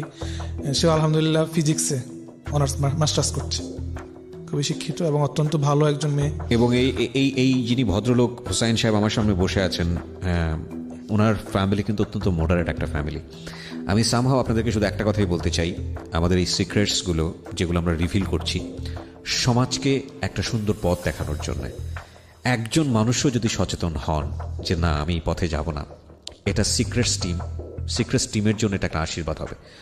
আপনারা প্লিজ না জেনে না বুঝে কষ্টার্জিত অর্থ দয়া করে এমন কোনো জায়গায় খরচ করবেন, বা এমন কোনো জায়গায় এসবে আসবেন না যাতে করে আপনাকে পথে বসতে হয়, যাতে করে আপনাকে সুইসাইডের পথ বেছে নিতে হয়। উনি কিন্তু বলেছেন যে আমাদের রিলিজিয়নে নাই, অনেক কিছুই উনি করেছেন, কিন্তু উনি এটা শেষ পর্যন্ত করেননি। আমি তো ভাই, আমার নার্ভাস ব্রেকডাউন হচ্ছিল আপনার গল্প শুনে, যে আপনি রাতের বেলা ঘুমান কিভাবে? মানে না, ঘুমাতে পারি না তো ভাই, ঘুমাতে পারি না। আপনি যেদিন এই যে আবিদ ভাই নাকি যেন, হ্যাঁ হ্যাঁ হ্যাঁ, ওনার এপিসোডটা আবিদ, যেদিন প্রকাশ আবিদ, করলেন, আমি হ্যাঁ। আপনার সাথে যোগাযোগ করলাম। হ্যাঁ। আমি এর আগে যোগাযোগ করেছিলাম, হয়তো মিস্টেক হয়ে গেছে। সেদিন আমি ওনার এপিসোডটা শুনে, আমি রাত্রে শুনছিলাম একা একা। আমি আমার জামা খুলে খালি গায়ে, শুধু লুঙ্গিটা আমার পরনে ছিল, আমি হাউমাউ করে কেঁদেছি। মানে কেমন যেন, মানে আমার কথাগুলি সে বলছে, জাস্ট সেক্টরটা ভিন্ন। ও ব্যাটিং করেছে, আমি ফরেক্স করেছি। ও যেন আমার কথাগুলো, আমি 2 ঘন্টা কেঁদেছি। এরপরে আমি আপনাকে কল করেছি, কল করে আমার সংক্ষিপ্ত যে কথাটা সেটা বলেছিলাম। আর সবচেয়ে বড় দুঃখের, আমার মতো আমি বোধহয় অভিশাপ পেয়েছি। আমার আব্বা আমার সাথে আজকে 6 মাস 7 মাস আমার যোগাযোগ নাই। আমার বাবা কমপক্ষে মানুষের কাছ থেকে বাঁচার জন্য হলেও তিনি আমার বিরুদ্ধে জিডি করেছেন যে এই ছেলে আমার প্রয়োজন নাই, এই ছেলের সাথে আমার সম্পর্ক নাই। যদি আরো সহজ বাংলায় বলতে চাই তাহলে তারা যেটা বলেন তেজ্য তেজ্য করে পুত্র, দেয়। এই ধরনের আমি শুনেছি, আমি জানি না, আমি খোঁজ নিতেও যাইনি। আমি আমার বাবা মার কাছে আজকে আপনার মাধ্যমে আমি ক্ষমা চাই।